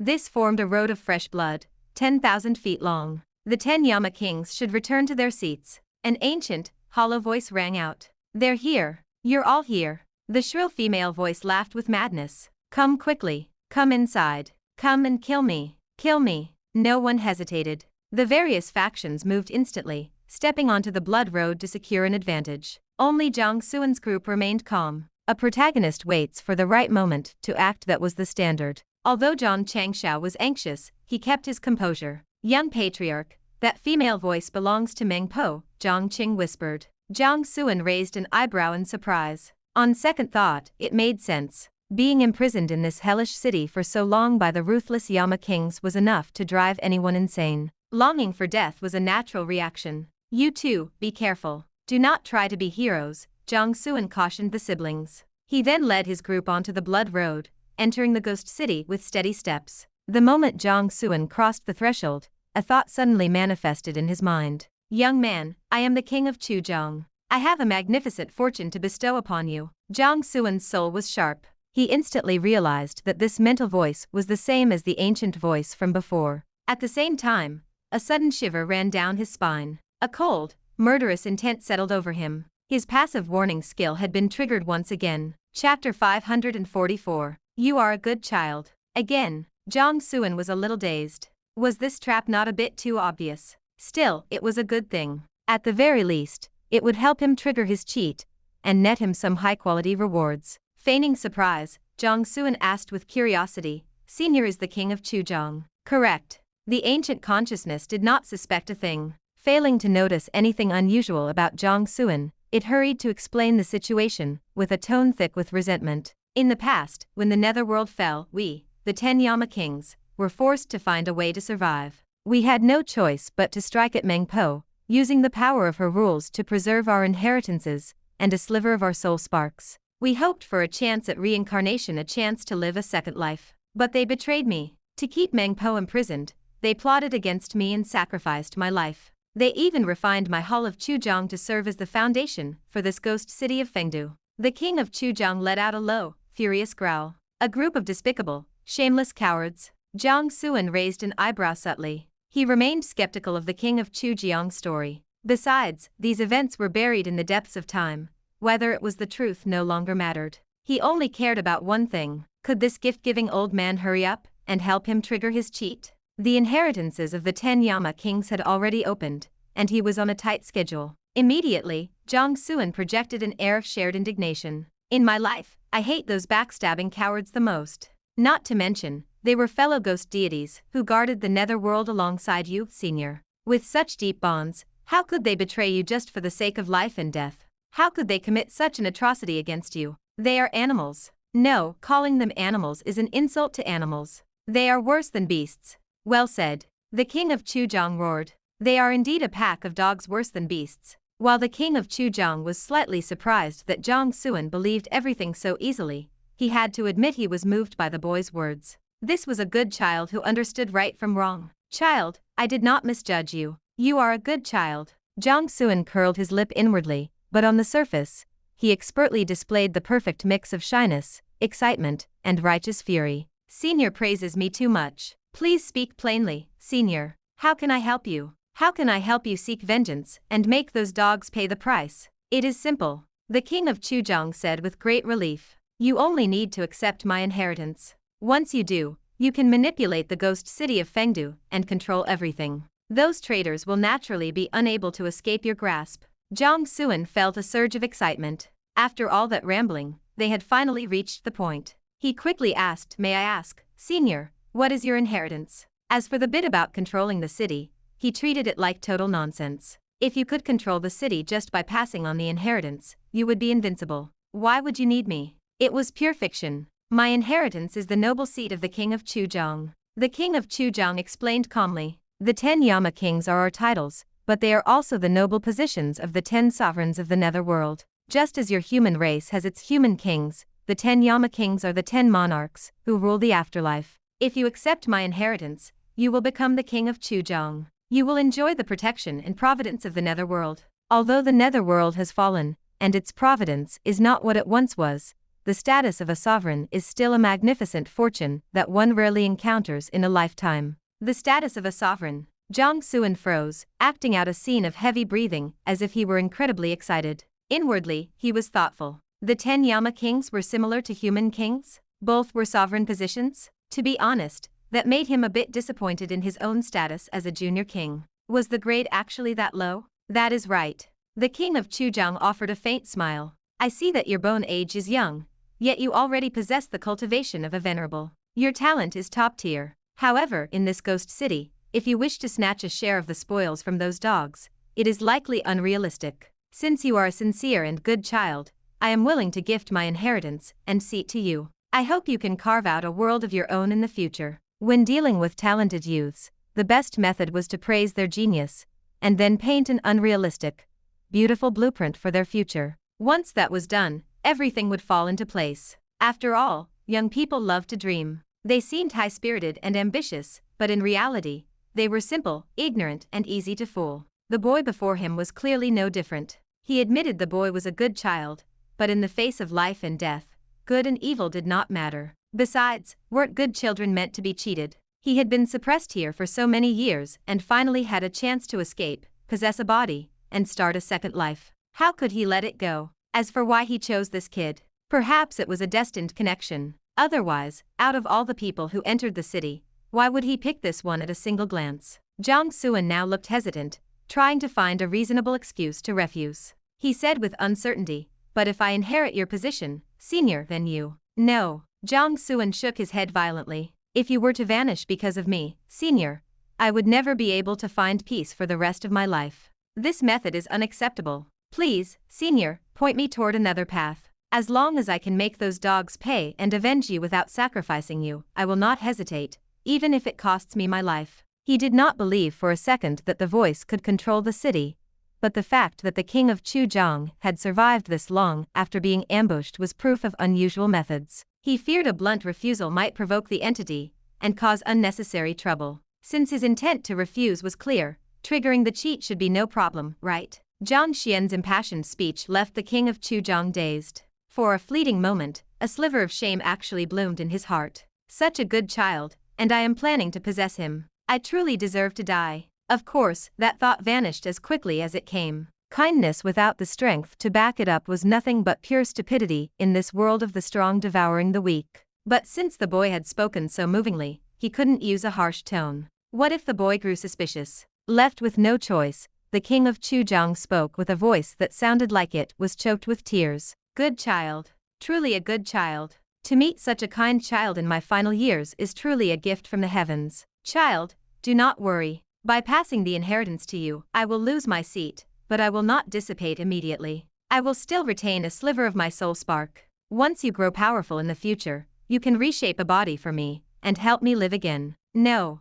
Jiang Xuan refused decisively. "Since you treat me with such kindness, senior, how could I take the very position you rely on to survive? If word got out, how would I be any different from those dogs who are worse than beasts?" The king of Chujiang was at a loss. What kind of logic was this? If you are afraid of your reputation being ruined, just don't tell anyone. Good child, you do not need to carry such a heavy psychological burden. Jiang Xuan interrupted him without hesitation. "Say no more, senior. My mind is made up. I will never abandon you for the sake of some so-called fortune. Please, senior, find another way." Jiang Xuan was feeling incredibly frustrated. He really couldn't keep up the acting much longer. Why was this damn cheat so hard to trigger this time? The interrupted king of Chujiang fell silent, his mind screaming in frustration. How can this kid be so stubborn? And how on earth have you survived this long being this stupid? You actually reached the venerable level. He was suddenly baffled. Had the world become this peaceful during the years he was suppressed? Fine. The king of Chujiang let out a soft sigh. "Since you feel this way, I will not force you. There are other ways, but they are extremely dangerous." He realized he couldn't win an argument against this stubborn fool. He decided to put the possession plan on hold for now. This ghost city was filled with danger. Once this kid ran into the reincarnations of his old friends, those dogs would teach the boy a lesson. When that happened, he would wait for his chance to strike and possess the boy then. He didn't believe that after the boy saw the harsh reality and the massive gap between himself and others, he would still cling to his kind heart. He would surely crave power and the inheritance. The boy was stupidly honest, but his brain seemed to function. He wasn't a total moron. It would just make the process a bit harder. But for now, there were no other options. The boy was like a stubborn mule. He wouldn't accept the inheritance or the seat. The king's remaining soul spark relied entirely on the inheritance and the sovereign sigil to survive and avoid being erased by the city's rules. Possession required the target to relax their mind and accept the legacy. In other words, he didn't have the strength to take the body by force. After being suppressed for so long, the fact that he was alive was a miracle. He didn't have much power left. Please, senior, guide me, Jiang Xuan said stiffly, fighting the urge to slap the voice away. The king of Chujiang noticed nothing unusual. In his mind, Jiang Xuan was now equated with being simple and stupid, so he had no guard up. Release the imprisoned Meng Po. Consumed by a heaven-reaching resentment, she will slaughter all those dogs for you. Jiang Xuan froze, caught off guard. Wait, did that just align perfectly? An enemy's enemy is a friend. The ancients truly did not lie to me, Jiang Xuan thought in wonder. Chapter 545. Playing with the King of Chujiang. Please speak plainly, senior. What must I do to liberate the imprisoned Meng Po? Jiang Xuan asked with a composed expression. Liberate? That is hardly the word for it, the King of Chujiang replied. Meng Po carries the order and rules of the netherworld, but since the underworld fell long ago, and the order collapsed, she is practically extinguished. Once released, she will likely use the resentment she has gathered over the years to go on a rampage, slaughtering those dogs before she completely dissipates. The King of Chujiang noticed that Jiang Xian's choice of words felt slightly off, but he did not dwell on it. To harbor suspicion towards such a simple and honest child would be an insult to his own intelligence. The ghost city of Fengde was forged with the Hall of Chujiang as its core, which I once commanded. It serves as the main hall of the city, and Meng Po is imprisoned within it. As for the other 9 ghost halls, they are the repositories for the inheritances and sovereign sigils of the other kings.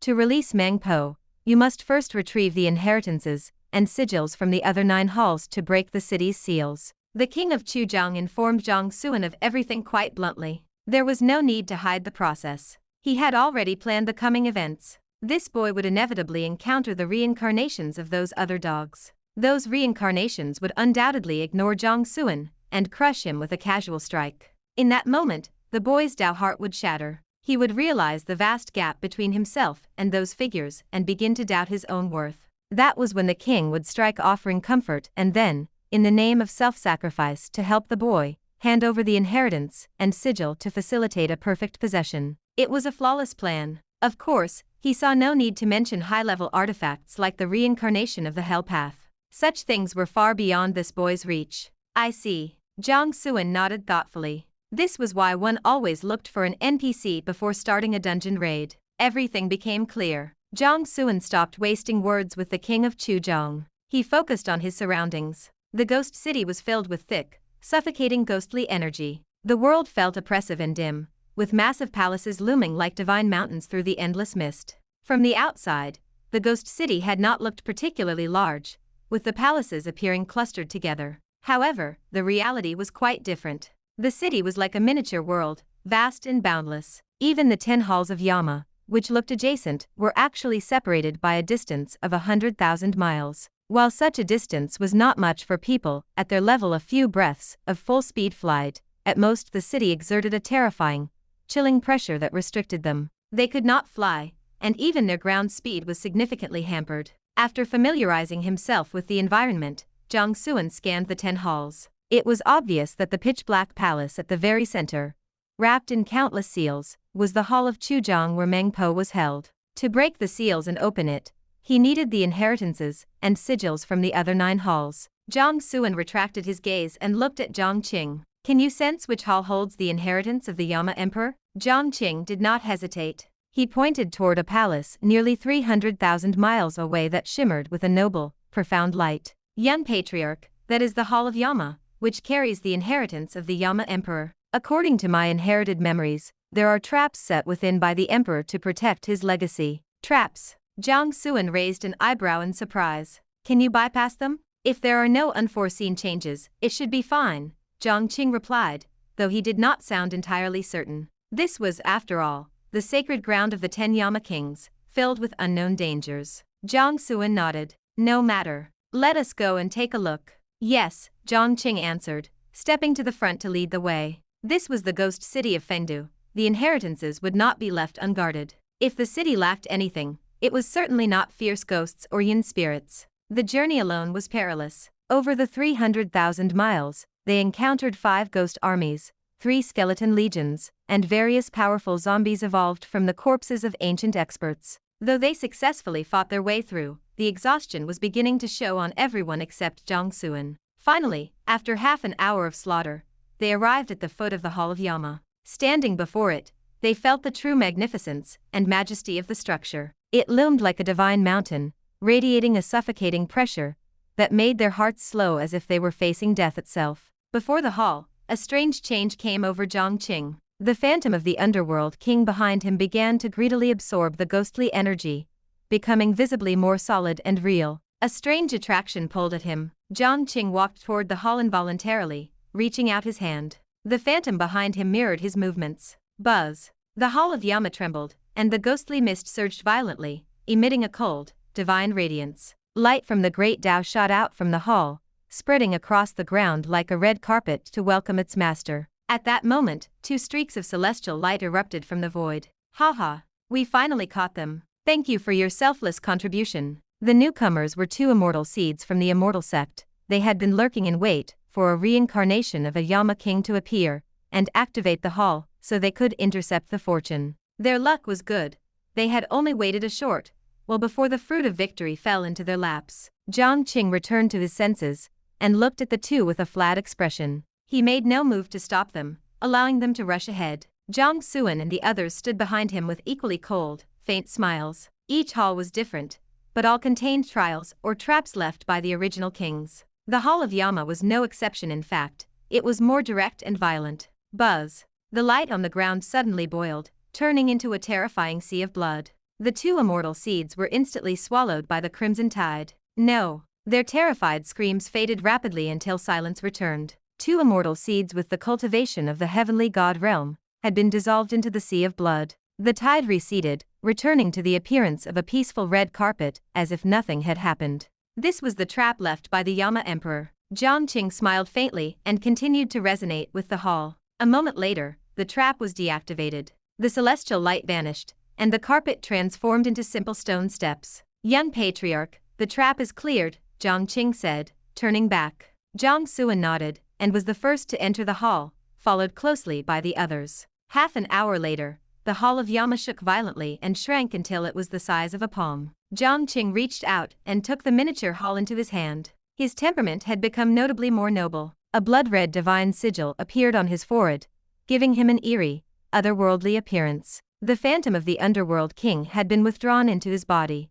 but his cold, profound aura was now dozens of times stronger than before. He had reached the peak of the venerable realm, only a step away from becoming a false god. With the inheritance and the sovereign sigil, his potential was unlocked. He only needed to accumulate enough energy to rapidly break through. Thank you for your grace, young patriarch, Zhang Qing said, immediately dropping to one knee to reaffirm his loyalty. He knew that if his leader had even a shred of selfishness, these things would not belong to him. The status of a Yama king was a sovereign position of the underworld, comparable to a human king. It was a massive fortune. Though Jiang Xuan already possessed countless opportunities and held the status of a junior king, who would ever complain about having too many treasures? Jiang Xuan laughed and waved his hand to lift Zhang Qing up. Your father was my father's retainer, and now you and your sister follow me. That bond is worth far more than a mere title of Yama Emperor. What kind of person do you take me for? Zhang Qing lowered his head in shame. Besides, this was originally yours.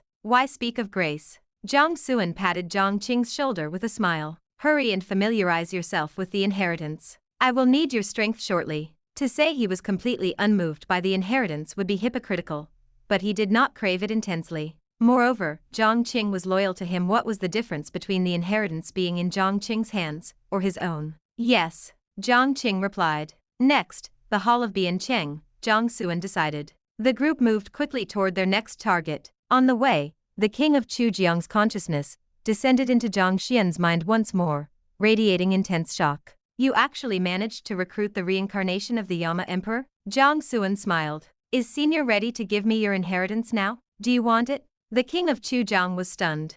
Had the boy finally come to his senses? No, Jiang Xuan replied decisively. The king of Chujiang. Are you kidding me right now? Chapter 546. Encountering the immortal seeds again. Why hasn't the cheat triggered yet? Jiang Xuan found it increasingly perplexing. Usually, all it took was for him to reject a massive opportunity or a suspicious trap. Why was it so difficult this time? Was the system saving up for something big? He tried to look on the bright side. Otherwise, he might not be able to resist dragging this king of Chujiang out for a beating. Acting the part of a naive fool was genuinely exhausting. They spent the next half-hour clearing away fierce ghosts, skeletons, and other spectral obstacles. Finally, the Hall of Biancheng loomed in the distance. This time, however, things were not going to be so smooth.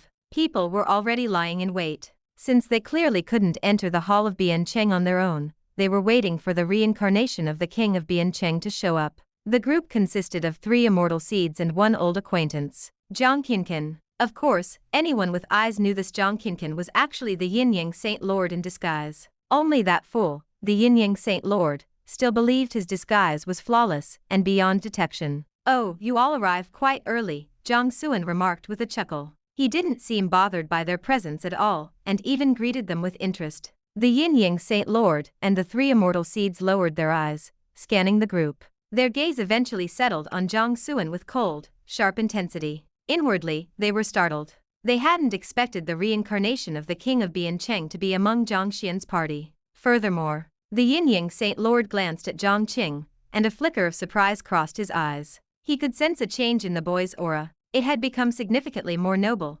carrying the faint, oppressive weight of the 10 Yama kings. Is that the inheritance of the Yama Emperor? Had he already secured it? This implied that the 2 immortal seeds stationed outside the Hall of Yama had already been dealt with. Those were heavenly gods. Even if their cultivation was suppressed to the true god realm within this city, their combat power was far beyond that of ordinary true gods. How could Jiang Xuan's group consisting of 2 true gods, 2 venerables, and 1 in the Dao integration realm resolve 2 immortal seeds so quickly and claim the inheritance? The Yin-Yang Saint Lord's heart sank as a bad premonition took hold. His gaze toward Jiang Xuan grew more cautious. He had been monitoring this youth and knew that since entering the Dao Saint realm, Jiang Xuan had performed one astonishing feat after another. Now he had even founded the mysterious sect, aiming to dominate the Chaos main domain. The boy was no longer the insignificant youth he once was. He could not be taken lightly. Noticing the Saint Lord's gaze, Jiang Xuan tilted his head and met his eyes with a playful smile. "You know, as the leader of a major faction, why have you reduced yourself to this? That grandson of mine, Jiang Xuan, isn't worthy of your status." The Yin-Yang Saint Lord's face paled instantly. His pupils constricted. Had he been recognized? How was that possible? His heart tightened as he recalled the events in the Earth Emperor secret realm. He realized he had underestimated Jiang Xuan. His previous failure had been no accident. The 3 immortal seeds turned to look at the Yin-Yang Saint Lord with confusion. What did Jiang Xuan mean? This person wasn't Jiang Xuan? What is going on? One of the immortal seeds barked, questioning the Yin-Yang Saint Lord. "Are you hiding something from us?" The Yin-Yang Saint Lord remained composed, replying softly, "Senior brother, you worry too much. This is merely a psychological ploy by Jiang Xuan. Do not let him distract you." The 3 immortal seeds remained suspicious. They instinctively felt something was wrong with Jiang Xuan, largely because they already disliked him and felt he wasn't qualified to walk among them. "I will report your behavior to the Immortal Lord. For now, we deal with Jiang Xuan and open the Hall of Biancheng," one of the seeds said coldly. The Yin-Yang Saint Lord nodded. "Understood." Immediately, the 3 immortal seeds activated their celestial bloodlines and unleashed the secret arts of the immortal sect, charging toward Jiang Xuan's group. They failed to notice the cold glint flashing in the eyes of the man beside them, the one they called Jiang Xuan. "Would our 2 ancestors mind stepping in to help resolve this?" Jiang Xuan asked with a smile, looking at the approaching attackers. The 3 immortal seeds were decent enough, and he could probably handle them alone, but this was not the time for a prolonged battle. Obtaining the inheritance and the sovereign sigil as quickly as possible was the priority. "When the hell did I go from being your protector to your hired thug?" Zhang Changshao grumbled, though he didn't hesitate to manifest a divine ability and charge forward. Jiang Qingtian said nothing. He gripped his war blade and strode out, radiating a force that seemed capable of cleaving the very heavens. "Protect yourselves," Jiang Xuan told the siblings before drawing his blade,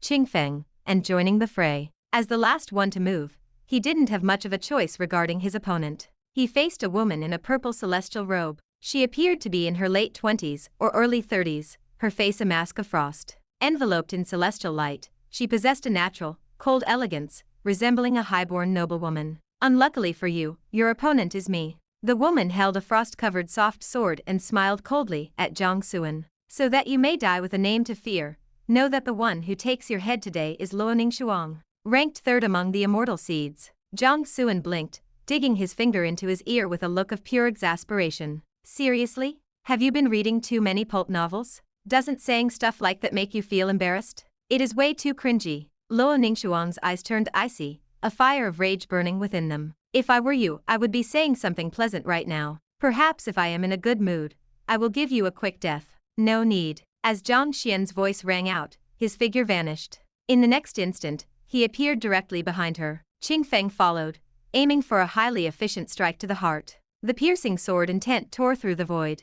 Luo Ningxuang was instantly alert. Without hesitation, she retreated, her body blurring as she dodged. Simultaneously, she flicked her soft sword backward. Powered by her celestial bloodline, a vast energy of mountains and seas erupted. The soft sword transformed into a frost dragon, its breath freezing thousands of feet of space. Boom! The sword intent collided with the frost dragon. The dragon shattered instantly, and the sword intent dissipated. A powerful energy storm erupted, forcing Jiang Xuan back several hundred feet. To have such combat power, while only in the venerable realm, you truly are a monster, Luo Ningxuang remarked, her tone cold and judgmental. But that is not enough to challenge the immortal sect, and to arrogantly found this so-called mysterious sect. Do you intend to rival us? How laughable. She sneered and pressed the attack. Her sword danced, creating a blizzard that formed 1,000 ferocious frost dragons. They swirled within the storm, pouncing toward Jiang Xuan with murderous intent. Wherever the storm passed, the void was erased,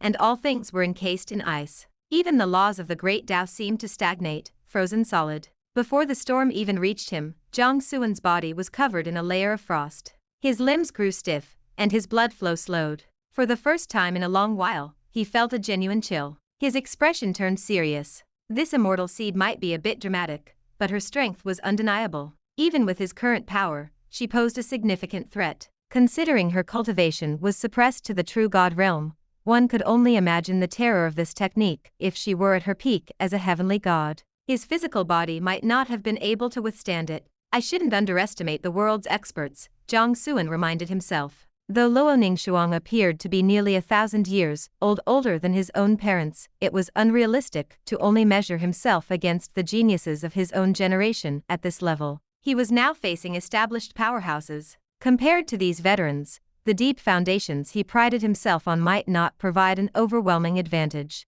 They had lived longer and accumulated much. Ancestor Zhang Changshao was a prime example, a walking treasure vault of inheritances and artifacts. Jiang Xuan couldn't assume the ancestor was a unique case. In the vastness of the myriad realms, such experts were bound to exist. Of course, Luo Ningxuang was nowhere near Zhang Changshao's level. She was a threat, but only a manageable one. Before facing the spirit of the Shennong Ding, he might have been an even match for her. But now, Jiang Xuan smiled faintly. He swung Qing Feng upward. His sword heart infused the strike with terrifying power. The blade brought forth a great sun. Its scorching flames formed a sea of fire, within which infinite sword intent raged. The great sun crushed down, and the sea of fire swallowed the frost storm. In an instant, the sword intent shredded the 1,000 frost dragons to pieces. Luo Ningxuang's eyes widened in shock. Her signature move, a technique that even the top-ranked Gesumoy couldn't resolve so easily, had been dismantled. Jiang Xian's strength far exceeded her imagination.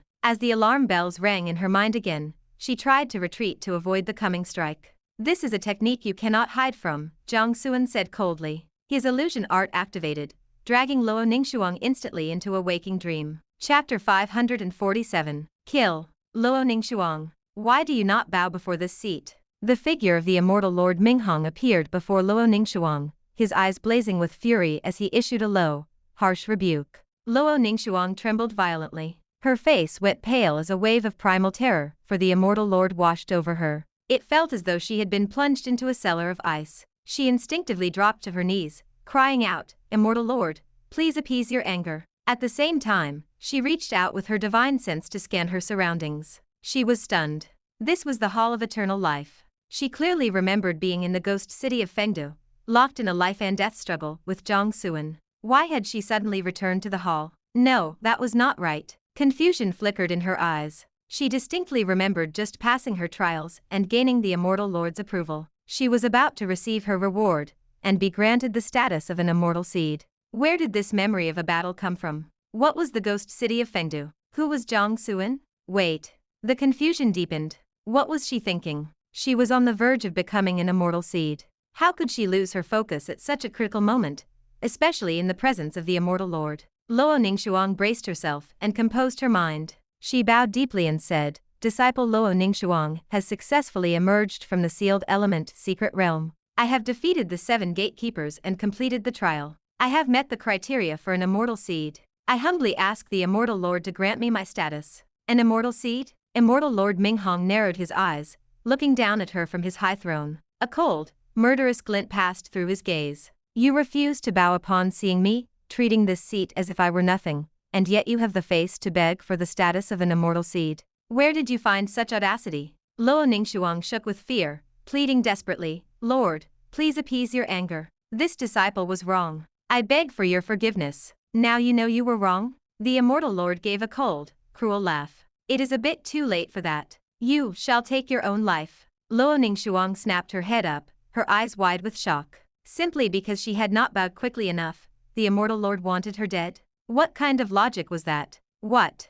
Do you intend to defy my will? The immortal lord asked, his voice dropping to a dangerous chill. This disciple would not dare. A shudder ran through her. Consumed by terror, she lacked the presence of mind to notice the strangeness of the situation. As if possessed, she drew her soft sword and pressed it against her own neck. She applied a small amount of pressure. A thin red line appeared on her skin, and bright crimson blood began to flow. What are you waiting for? The immortal lord barked, his eyes wide with rage. Luo Ningxuang's soul quivered. She closed her eyes, steeled her heart, and pulled the blade across her throat. The sensation of the sharp edge slicing through her neck was fed back to her mind with terrifying clarity. The fear of death magnified instantly, flooding her entire being. No. The blade stopped.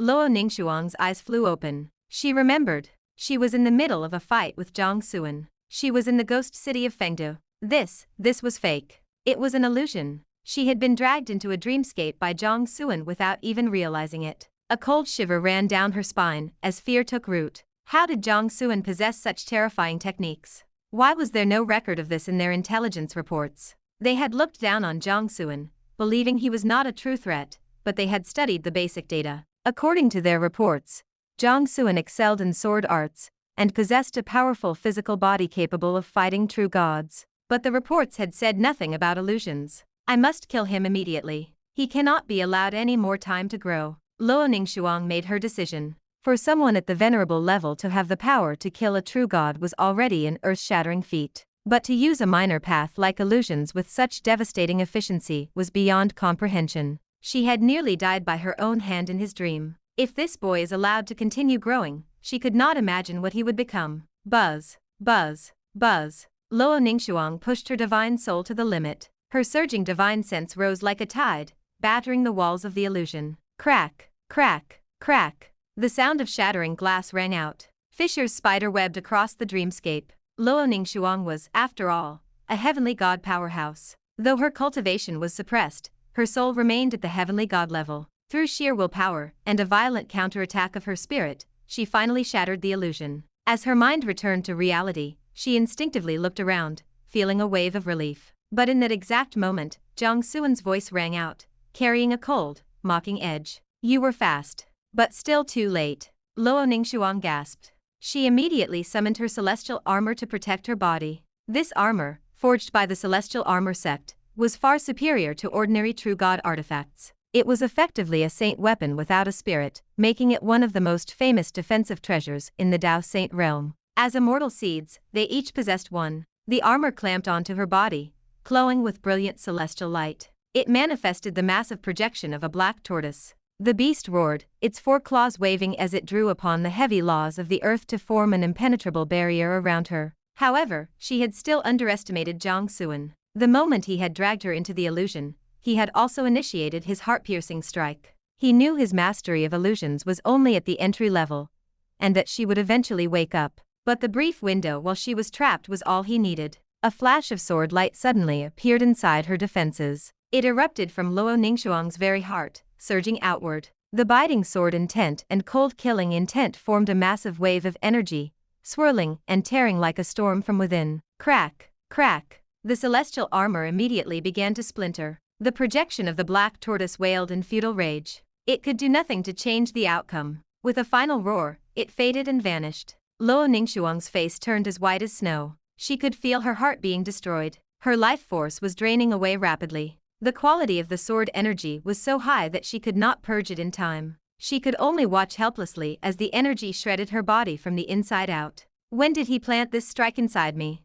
Was it while I was trapped in the illusion? Confusion filled her mind. Shouldn't maintaining an illusion require a person's full mental and spiritual focus? How did he have the strength to plant such a strike at the same time? It was then that Jiang Xuan swung his blade once more. The sword brought forth a great sun. Its roaring flames were like a solar furnace. With her armor shattered, Luo Ningxuang had no way to resist. She was instantly swallowed by the fire. As the flames scorched her, she knew her death was certain. There was no coming back from this. She stopped her useless struggling and looked up at Jiang Xuan. Her eyes were a sea of murderous intent. If this boy was not eliminated, he would become the greatest threat the immortal sect had ever faced. With a final act of will, she burned the last of her life force to send a message to the other two immortal seeds and the Yin-Yang Saint Lord. Jiang Xian's strength is far greater than reported. Retreat. Regroup with Gusumoy and the others. Do not strike at him again unless victory is certain. Also, notify the sect immediately. Tell the immortal lord that Jiang Xuan is the greatest threat to our future.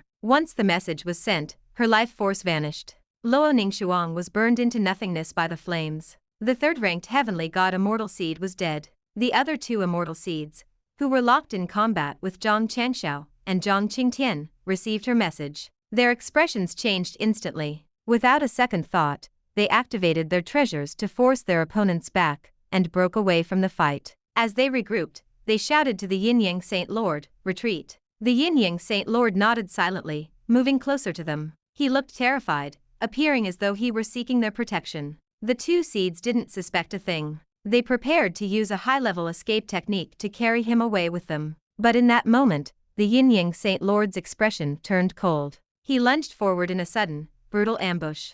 The two immortal seeds were entirely focused on their escape. They had no defenses raised against him and never dreamed he would betray them. Blood sprayed from their mouths as their physical bodies began to crumble under the force of the strike. Jiang Qinqian. The two looked at the Yin-Yang Saint Lord in utter disbelief. They screamed in fury, "You deserve to die." Chapter 548. Breakthrough in battle. Addicted to the rush. The sudden turn of events left Zhang Changxiao and Zhang Qingtian, who were in the middle of chasing the immortal seeds, completely stunned. What was happening? Infighting? Even in a situation like this, such a classic trope was playing out. On the other side, Jiang Xuan had just finished off Luo Ningxuang and was moving over to assist. Seeing this scene, he raised an eyebrow in surprise. What was the deal here? Did the Yin-Yang Saint Lord truly believe that doing this would earn him a way out? Jiang Qinqian did indeed deserve to die, the Yin-Yang Saint Lord said, nodding in agreement with his own statement. The two immortal seeds froze.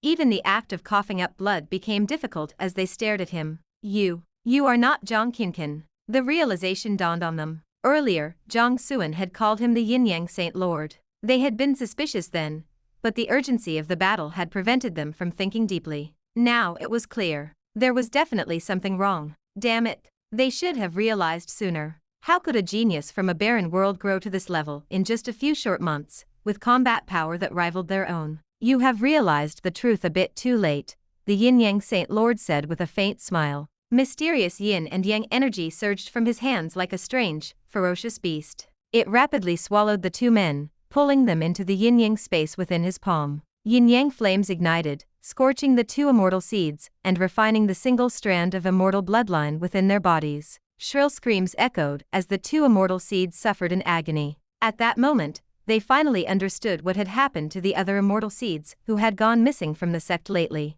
Someone had the audacity to infiltrate the inner circle of the immortal sect to hunt their own. It was unbelievable. It was chilling. Who exactly was this Yin-Yang Saint Lord posing as Jiang Qinqian? How could he disregard the immortal sect so completely and hunt immortal seeds right under the nose of the immortal lord? Their confusion was destined to go unanswered. Under the devastation of the yin-yang flames, the two immortal seeds were refined into two strands of pure immortal bloodline in mere moments. In the words of the god of wealth, these were two pure strands of mountain and sea chi. After all these years, those old fogies in the immortal sect are as stingy as ever. They want to pluck people from the human race to bolster their own numbers, yet they only give a single strand of mountain and sea chi. Truly pathetic. The voice of the god of wealth rang out in the mind of the Yin-Yang Saint Lord, filled with contempt. If you keep hunting like this, refining them one by one.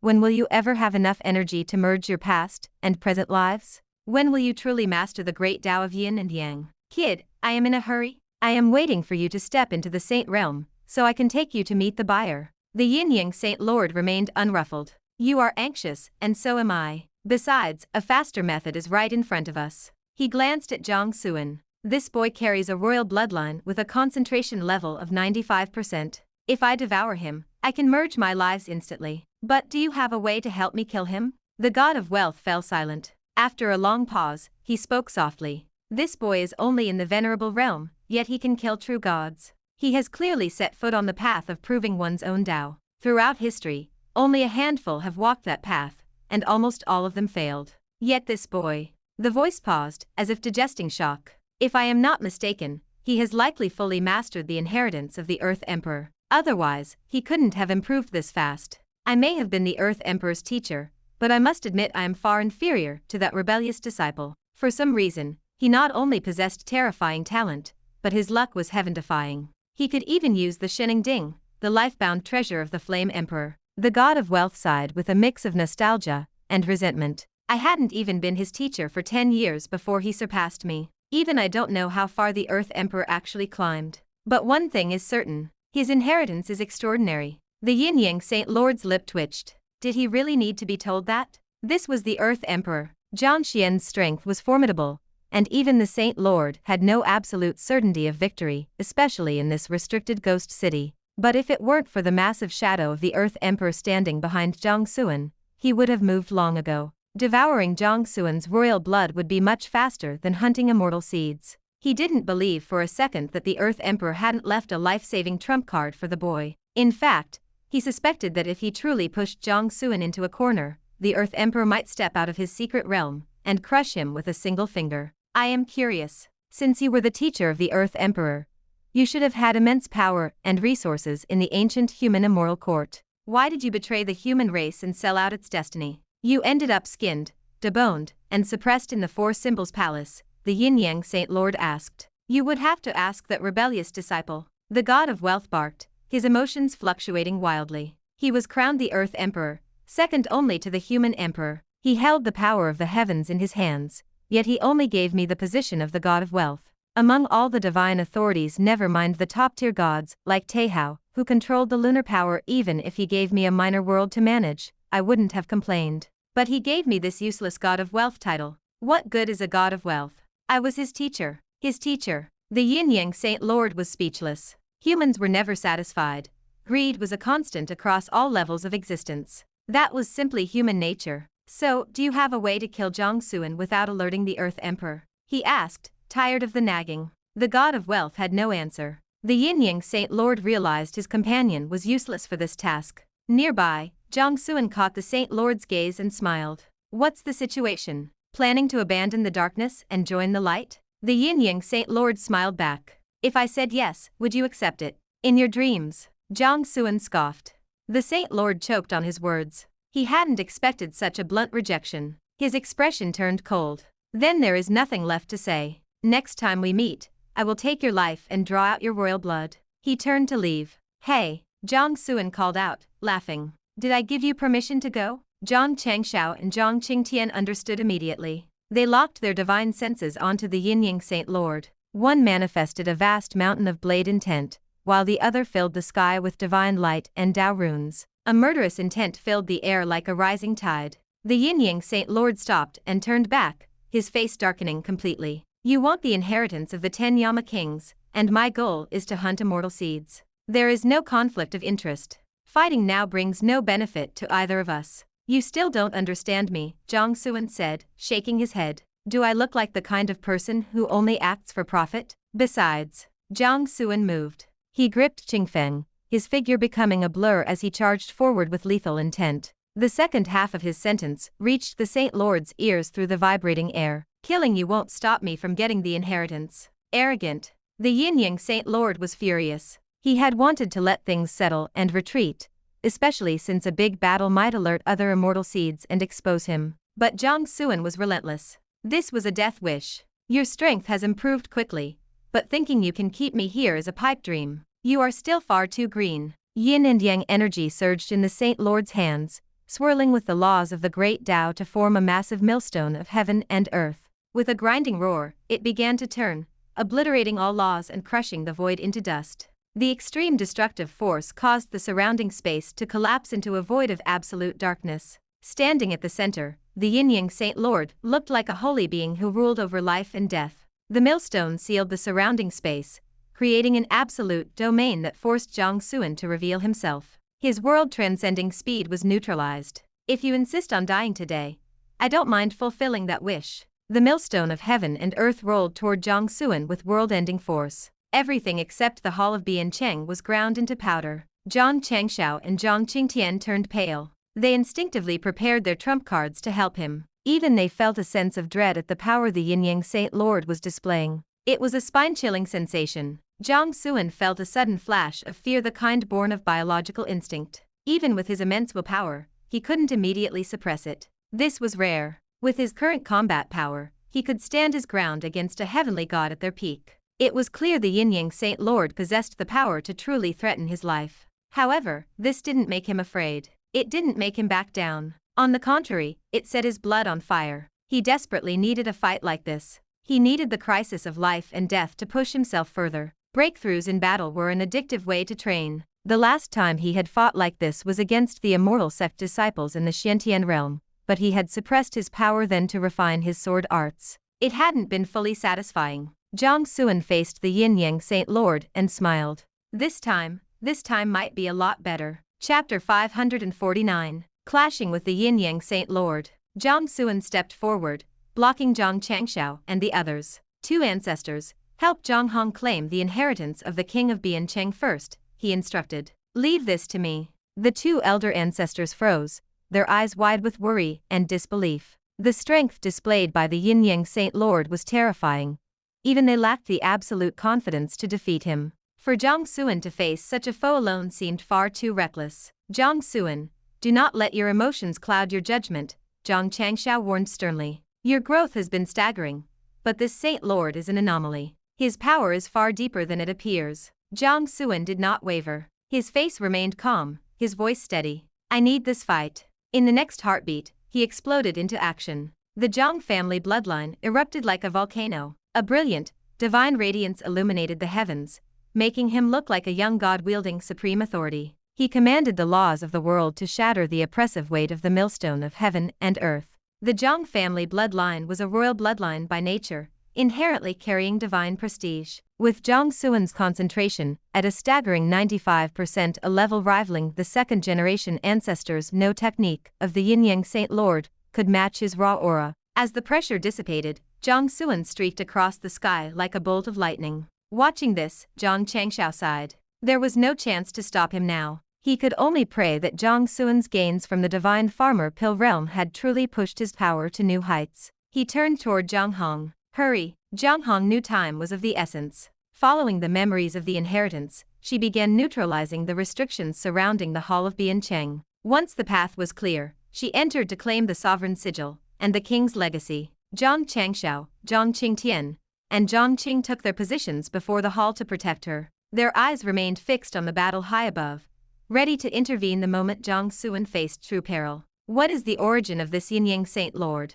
Zhang Qingtian asked. Why has his strength skyrocketed? Back in the Xiantian realm, he hadn't even stepped into the Void God realm. Zhang Qingtian remembered the intelligence on the man from when the Zhang family had marched to wipe out the Yin-Yang holy ground. While he had been a top powerhouse in that era, his cultivation was merely at the Void God level. By their current standards, it was unremarkable. The only noteworthy thing about the holy ground was its ancient foundation, which had posed a minor threat before being flattened by the demons of the Devil's Den. If you don't know, how should I? Zhang Changshao rolled his eyes. I thought Jiang Xuan was enough of an outlier, but this Saint Lord is even more nonsensical. In a few short months, he went from a void god to someone who feels stronger than me. Where is the logic in that? Zhang Qingtian was silent. Since the signs of the Great Age appeared, everything had accelerated. Monsters and freaks were emerging everywhere. Even as someone who had once commanded the stars, he felt the weight of the changing times. He felt, for the first time, that he might be falling behind.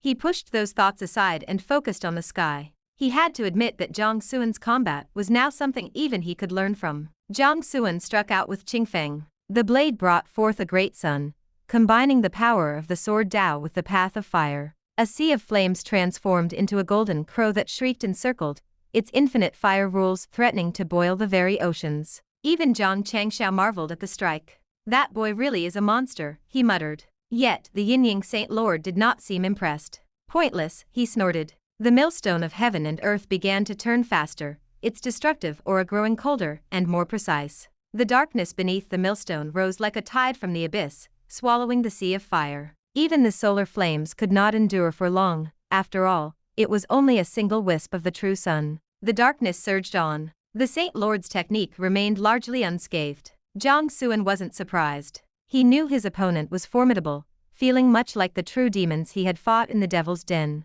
This was exactly what he craved. A fight that tested his limits. Boom! Jiang Xuan ignited his bloodline to the maximum, pushing his physical potential to the breaking point. His speed increased again. Even though the surrounding space was shattered and the laws were failing, Jiang Xuan relied on raw power and velocity to leave a trail of afterimages in the dark. These were not mere shadows, they felt like physical clones. Their auras were deep and concentrated, each one preparing a lethal technique. In an instant, 3,000 versions of Jiang Xuan occupied the space for miles around. Thunder clones, mountain god arts, the Zhuangzi combat method, the vermilion bird body, every physical technique and inheritance he possessed was unleashed at once. 3,000 bolts of lightning roared like dragons. Massive divine peaks materialized to crush the world below. Countless war seals formed ancient silhouettes that looked ready to shatter the stars with their fists. The vermilion bird spread its wings, calling forth every flame under heaven. At this moment, Jiang Xuan was a one-man army.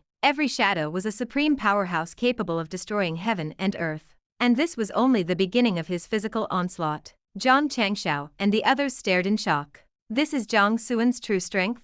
It's absurd. That brat complains about me having too many trump cards, Zhang Changshao cursed under his breath. He's the one lying through his teeth. The barrage of techniques slammed into the millstone of heaven and earth. Fissures spider-webbed across the giant stone. It groaned under the pressure, appearing on the verge of collapse. The Yin-Yang Saint Lord's technique was powerful, a saint-level manifestation of the Yin-Yang Dao, but his foundation was limited. He was in the God-venerable realm, and within the ghost city. He could only exert the power of a true god. He could not withstand such a massive, simultaneous bombardment. The Yin-Yang Saint Lord's eyes twitched. He had tried to be cautious in evaluating Jiang Xuan, but he had still underestimated him. How long had it been? When he first sent Jiang Qinqin to the Jiang family to steal the position of young patriarch, Jiang Xuan was only in the god entry realm, a tiny, and he could have crushed with a finger. How had he reached this level so quickly? The Saint Lord was filled with confusion. He had risked everything to infiltrate the immortal sect, devouring over 300 immortal seeds to use their bloodlines to fuse his past and present lives. Only through that agonizing process had he reached the God-venerable realm. But what about Jiang Xuan? How did he do it? Was it just that 95% concentration of royal blood? Or was his talent simply that grotesque? Is hard work truly so worthless in the face of such genius? Chapter 550. Sacrifice of the Yin-Yang Saint Lord. It was that same sensation. Inside the body of the Yin-Yang Saint Lord, the fortune god felt his spirit tremble. He could not stop the internal roar of his soul. He had felt this once before when facing the Earth Emperor. That unnatural youth, that talent so vast it bred despair, an endless well of hidden trump cards, and a combat strength that defied every law of cultivation realms. Anyone witnessing such a person would be struck by a profound sense of helplessness and dread. You could not rival them. You could not contend. Even with vastly superior cultivation and strength, the only thing left to feel was a chilling terror. Back then, as the Earth Emperor's mentor, he had allowed sentiment to blind him. He had hesitated to strike, indirectly granting the Earth Emperor the time to grow. That hesitation had led to his own tragic end.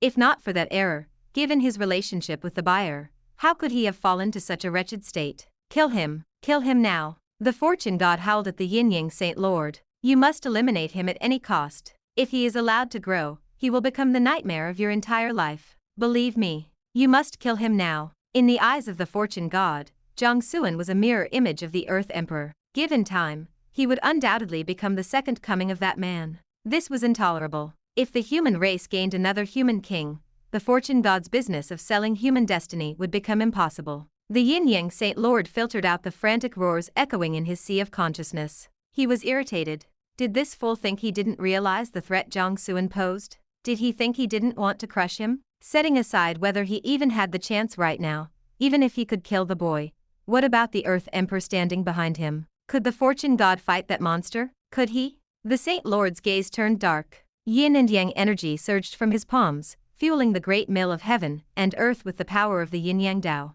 He poured a continuous stream of energy into the artifact to withstand the barrage of Jiang Xuan's divine abilities. Deep in his eyes, killing intent flickered as he weighed his options. He was hesitating. Should he forcibly use his ultimate trump card to execute Jiang Xuan? Or should he retreat and avoid this sharpened edge for now? If he used his trump card regardless of the cost, he was 90% certain he could kill Jiang Xuan instantly. However, he feared alerting the Earth Emperor. If that man struck, the Saint Lord's chances of escape were non-existent. Yet Jiang Xuan's potential was undeniable. If he tolerated the boy's growth for even a little longer, he might never be able to resist him again. He had a strange, nagging intuition. The time it would take him to fully merge his past and present lives to reach the Saint realm might actually be slower than this boy stepping into that realm one steady foot at a time. This brat was a freak of nature. What are you still hesitating for? The Fortune God cursed. Do you think I would harm you? If I hadn't guided you to devour the immortal bloodline, you would be a true god at best. You would never have reached this level of power. Forcibly merge your past and present lives now. Kill Jiang Xuan. The yin-yang Saint Lord frowned and snapped back in a low voice. Shut up. How I conduct my business is not for you to dictate. You. The Fortune God was furious, his heart filled with resentment. Curiously, however, he simply snorted and fell silent. He realized then that this yin-yang Saint Lord was just like the Earth Emperor, an ungrateful wolf. But since he was currently parasitic within the Saint Lord, he could not afford to turn against him yet. He would wait for the right moment to find another way. The yin-yang Saint Lord continued to waver. His capital was limited. He could not afford the price of a wrong choice. But he seemed to have forgotten he was in the middle of a battlefield. As surging Jiang Xuan was already staring at his life. The world shook. Amidst the explosions of various divine powers, Jiang Xuan had used the heavenly derivation secret art to draw close to the yin-yang Saint Lord in total silence. Suddenly, a hum resonated through the air. A streak of sword light pierced out from the dark void, aimed directly at the Saint Lord's heart. The biting sharpness made the soul shudder. It was like a venomous snake hidden in the shadows, watching its prey with cold eyes before lunging at the perfect moment to deliver a fatal strike. Once again, the heart-piercing method. This technique originated from the sword obsessive of the sword sect. It was not an inherited manual, or a grand divine ability. It was barely considered a respectable move. Yet in the hands of Jiang Xuan, combined with the heavenly derivation secret art, his own formidable physical strength, and a sword realm that could topple the world, it unleashed a power never seen before. Jiang Xuan had already used this method to slay many powerful foes. Even if the sword obsessive were present, he would likely be awestruck by Jiang Xuan's execution. After all, Jiang Xuan's innate foundation was unique in all the world. A powerful sense of mortal crisis washed over the yin-yang Saint Lord, like a bucket of ice water, chilling him to the bone. His hesitation was forcibly cut short. Jiang Xuan's relentless pressure had made the choice for him. The Saint Lord instinctively channeled the yin-yang Dao. It was as if two invisible hands reached into the deep darkness, seizing the chaotic laws and twisting them into a strange shield to meet the lethal sword. The collisions were silent to the ear, yet in the spirits of everyone present, chaotic echoes of the Dao rang out. It was a soul-level assault that was impossible to block. The shield caught Jiang Xuan's blade. An indescribable darkness began to eat away at the steel, as if trying to swallow it whole. Simultaneously, the deep darkness began to dissipate and fracture under the onslaught of the piercing sword light. They ground against one another, locked in a stalemate. Since you are so intent on seeking death, do not blame me for being heartless. The yin-yang Saint Lord stared at Jiang Xuan, the killing intent in his eyes thickening. He shouted coldly as his other hand rose, lifting a Dao mark where yin and yang intertwined. It shimmered with black and white divine radiance, beginning a slow, counterclockwise rotation. As the mark turned, a shrill, piercing scream echoed from within the Saint Lord's body. His cold face twisted in agony. Why are you doing this? This was the voice of the original yin-yang Saint Lord. I am your past life, and you are my present. Our fusion was inevitable. Circumstances have simply forced us to merge early to obtain the power needed to slay Jiang Xuan and pursue the great Dao,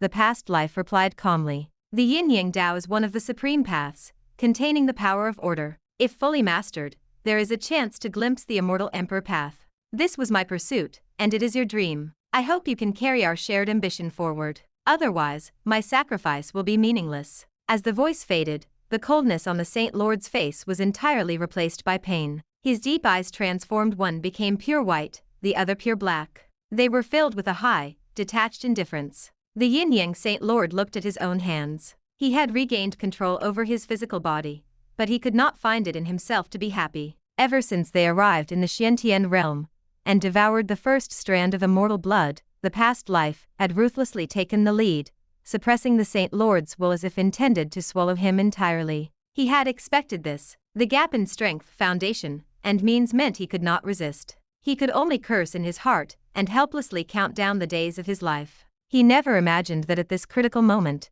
his past life would sacrifice itself to complete him. Why? The Saint Lord was filled with doubt. The fortune god was equally confused and began to curse. What kind of idiocy is this? At a time like this, he plays the martyr? Is he sick? All the traps I set, are they all for nothing now? To be continued. Hope you liked today's video. Join the community by subscribing and dropping a like. I'll be back with another update tomorrow. See you then.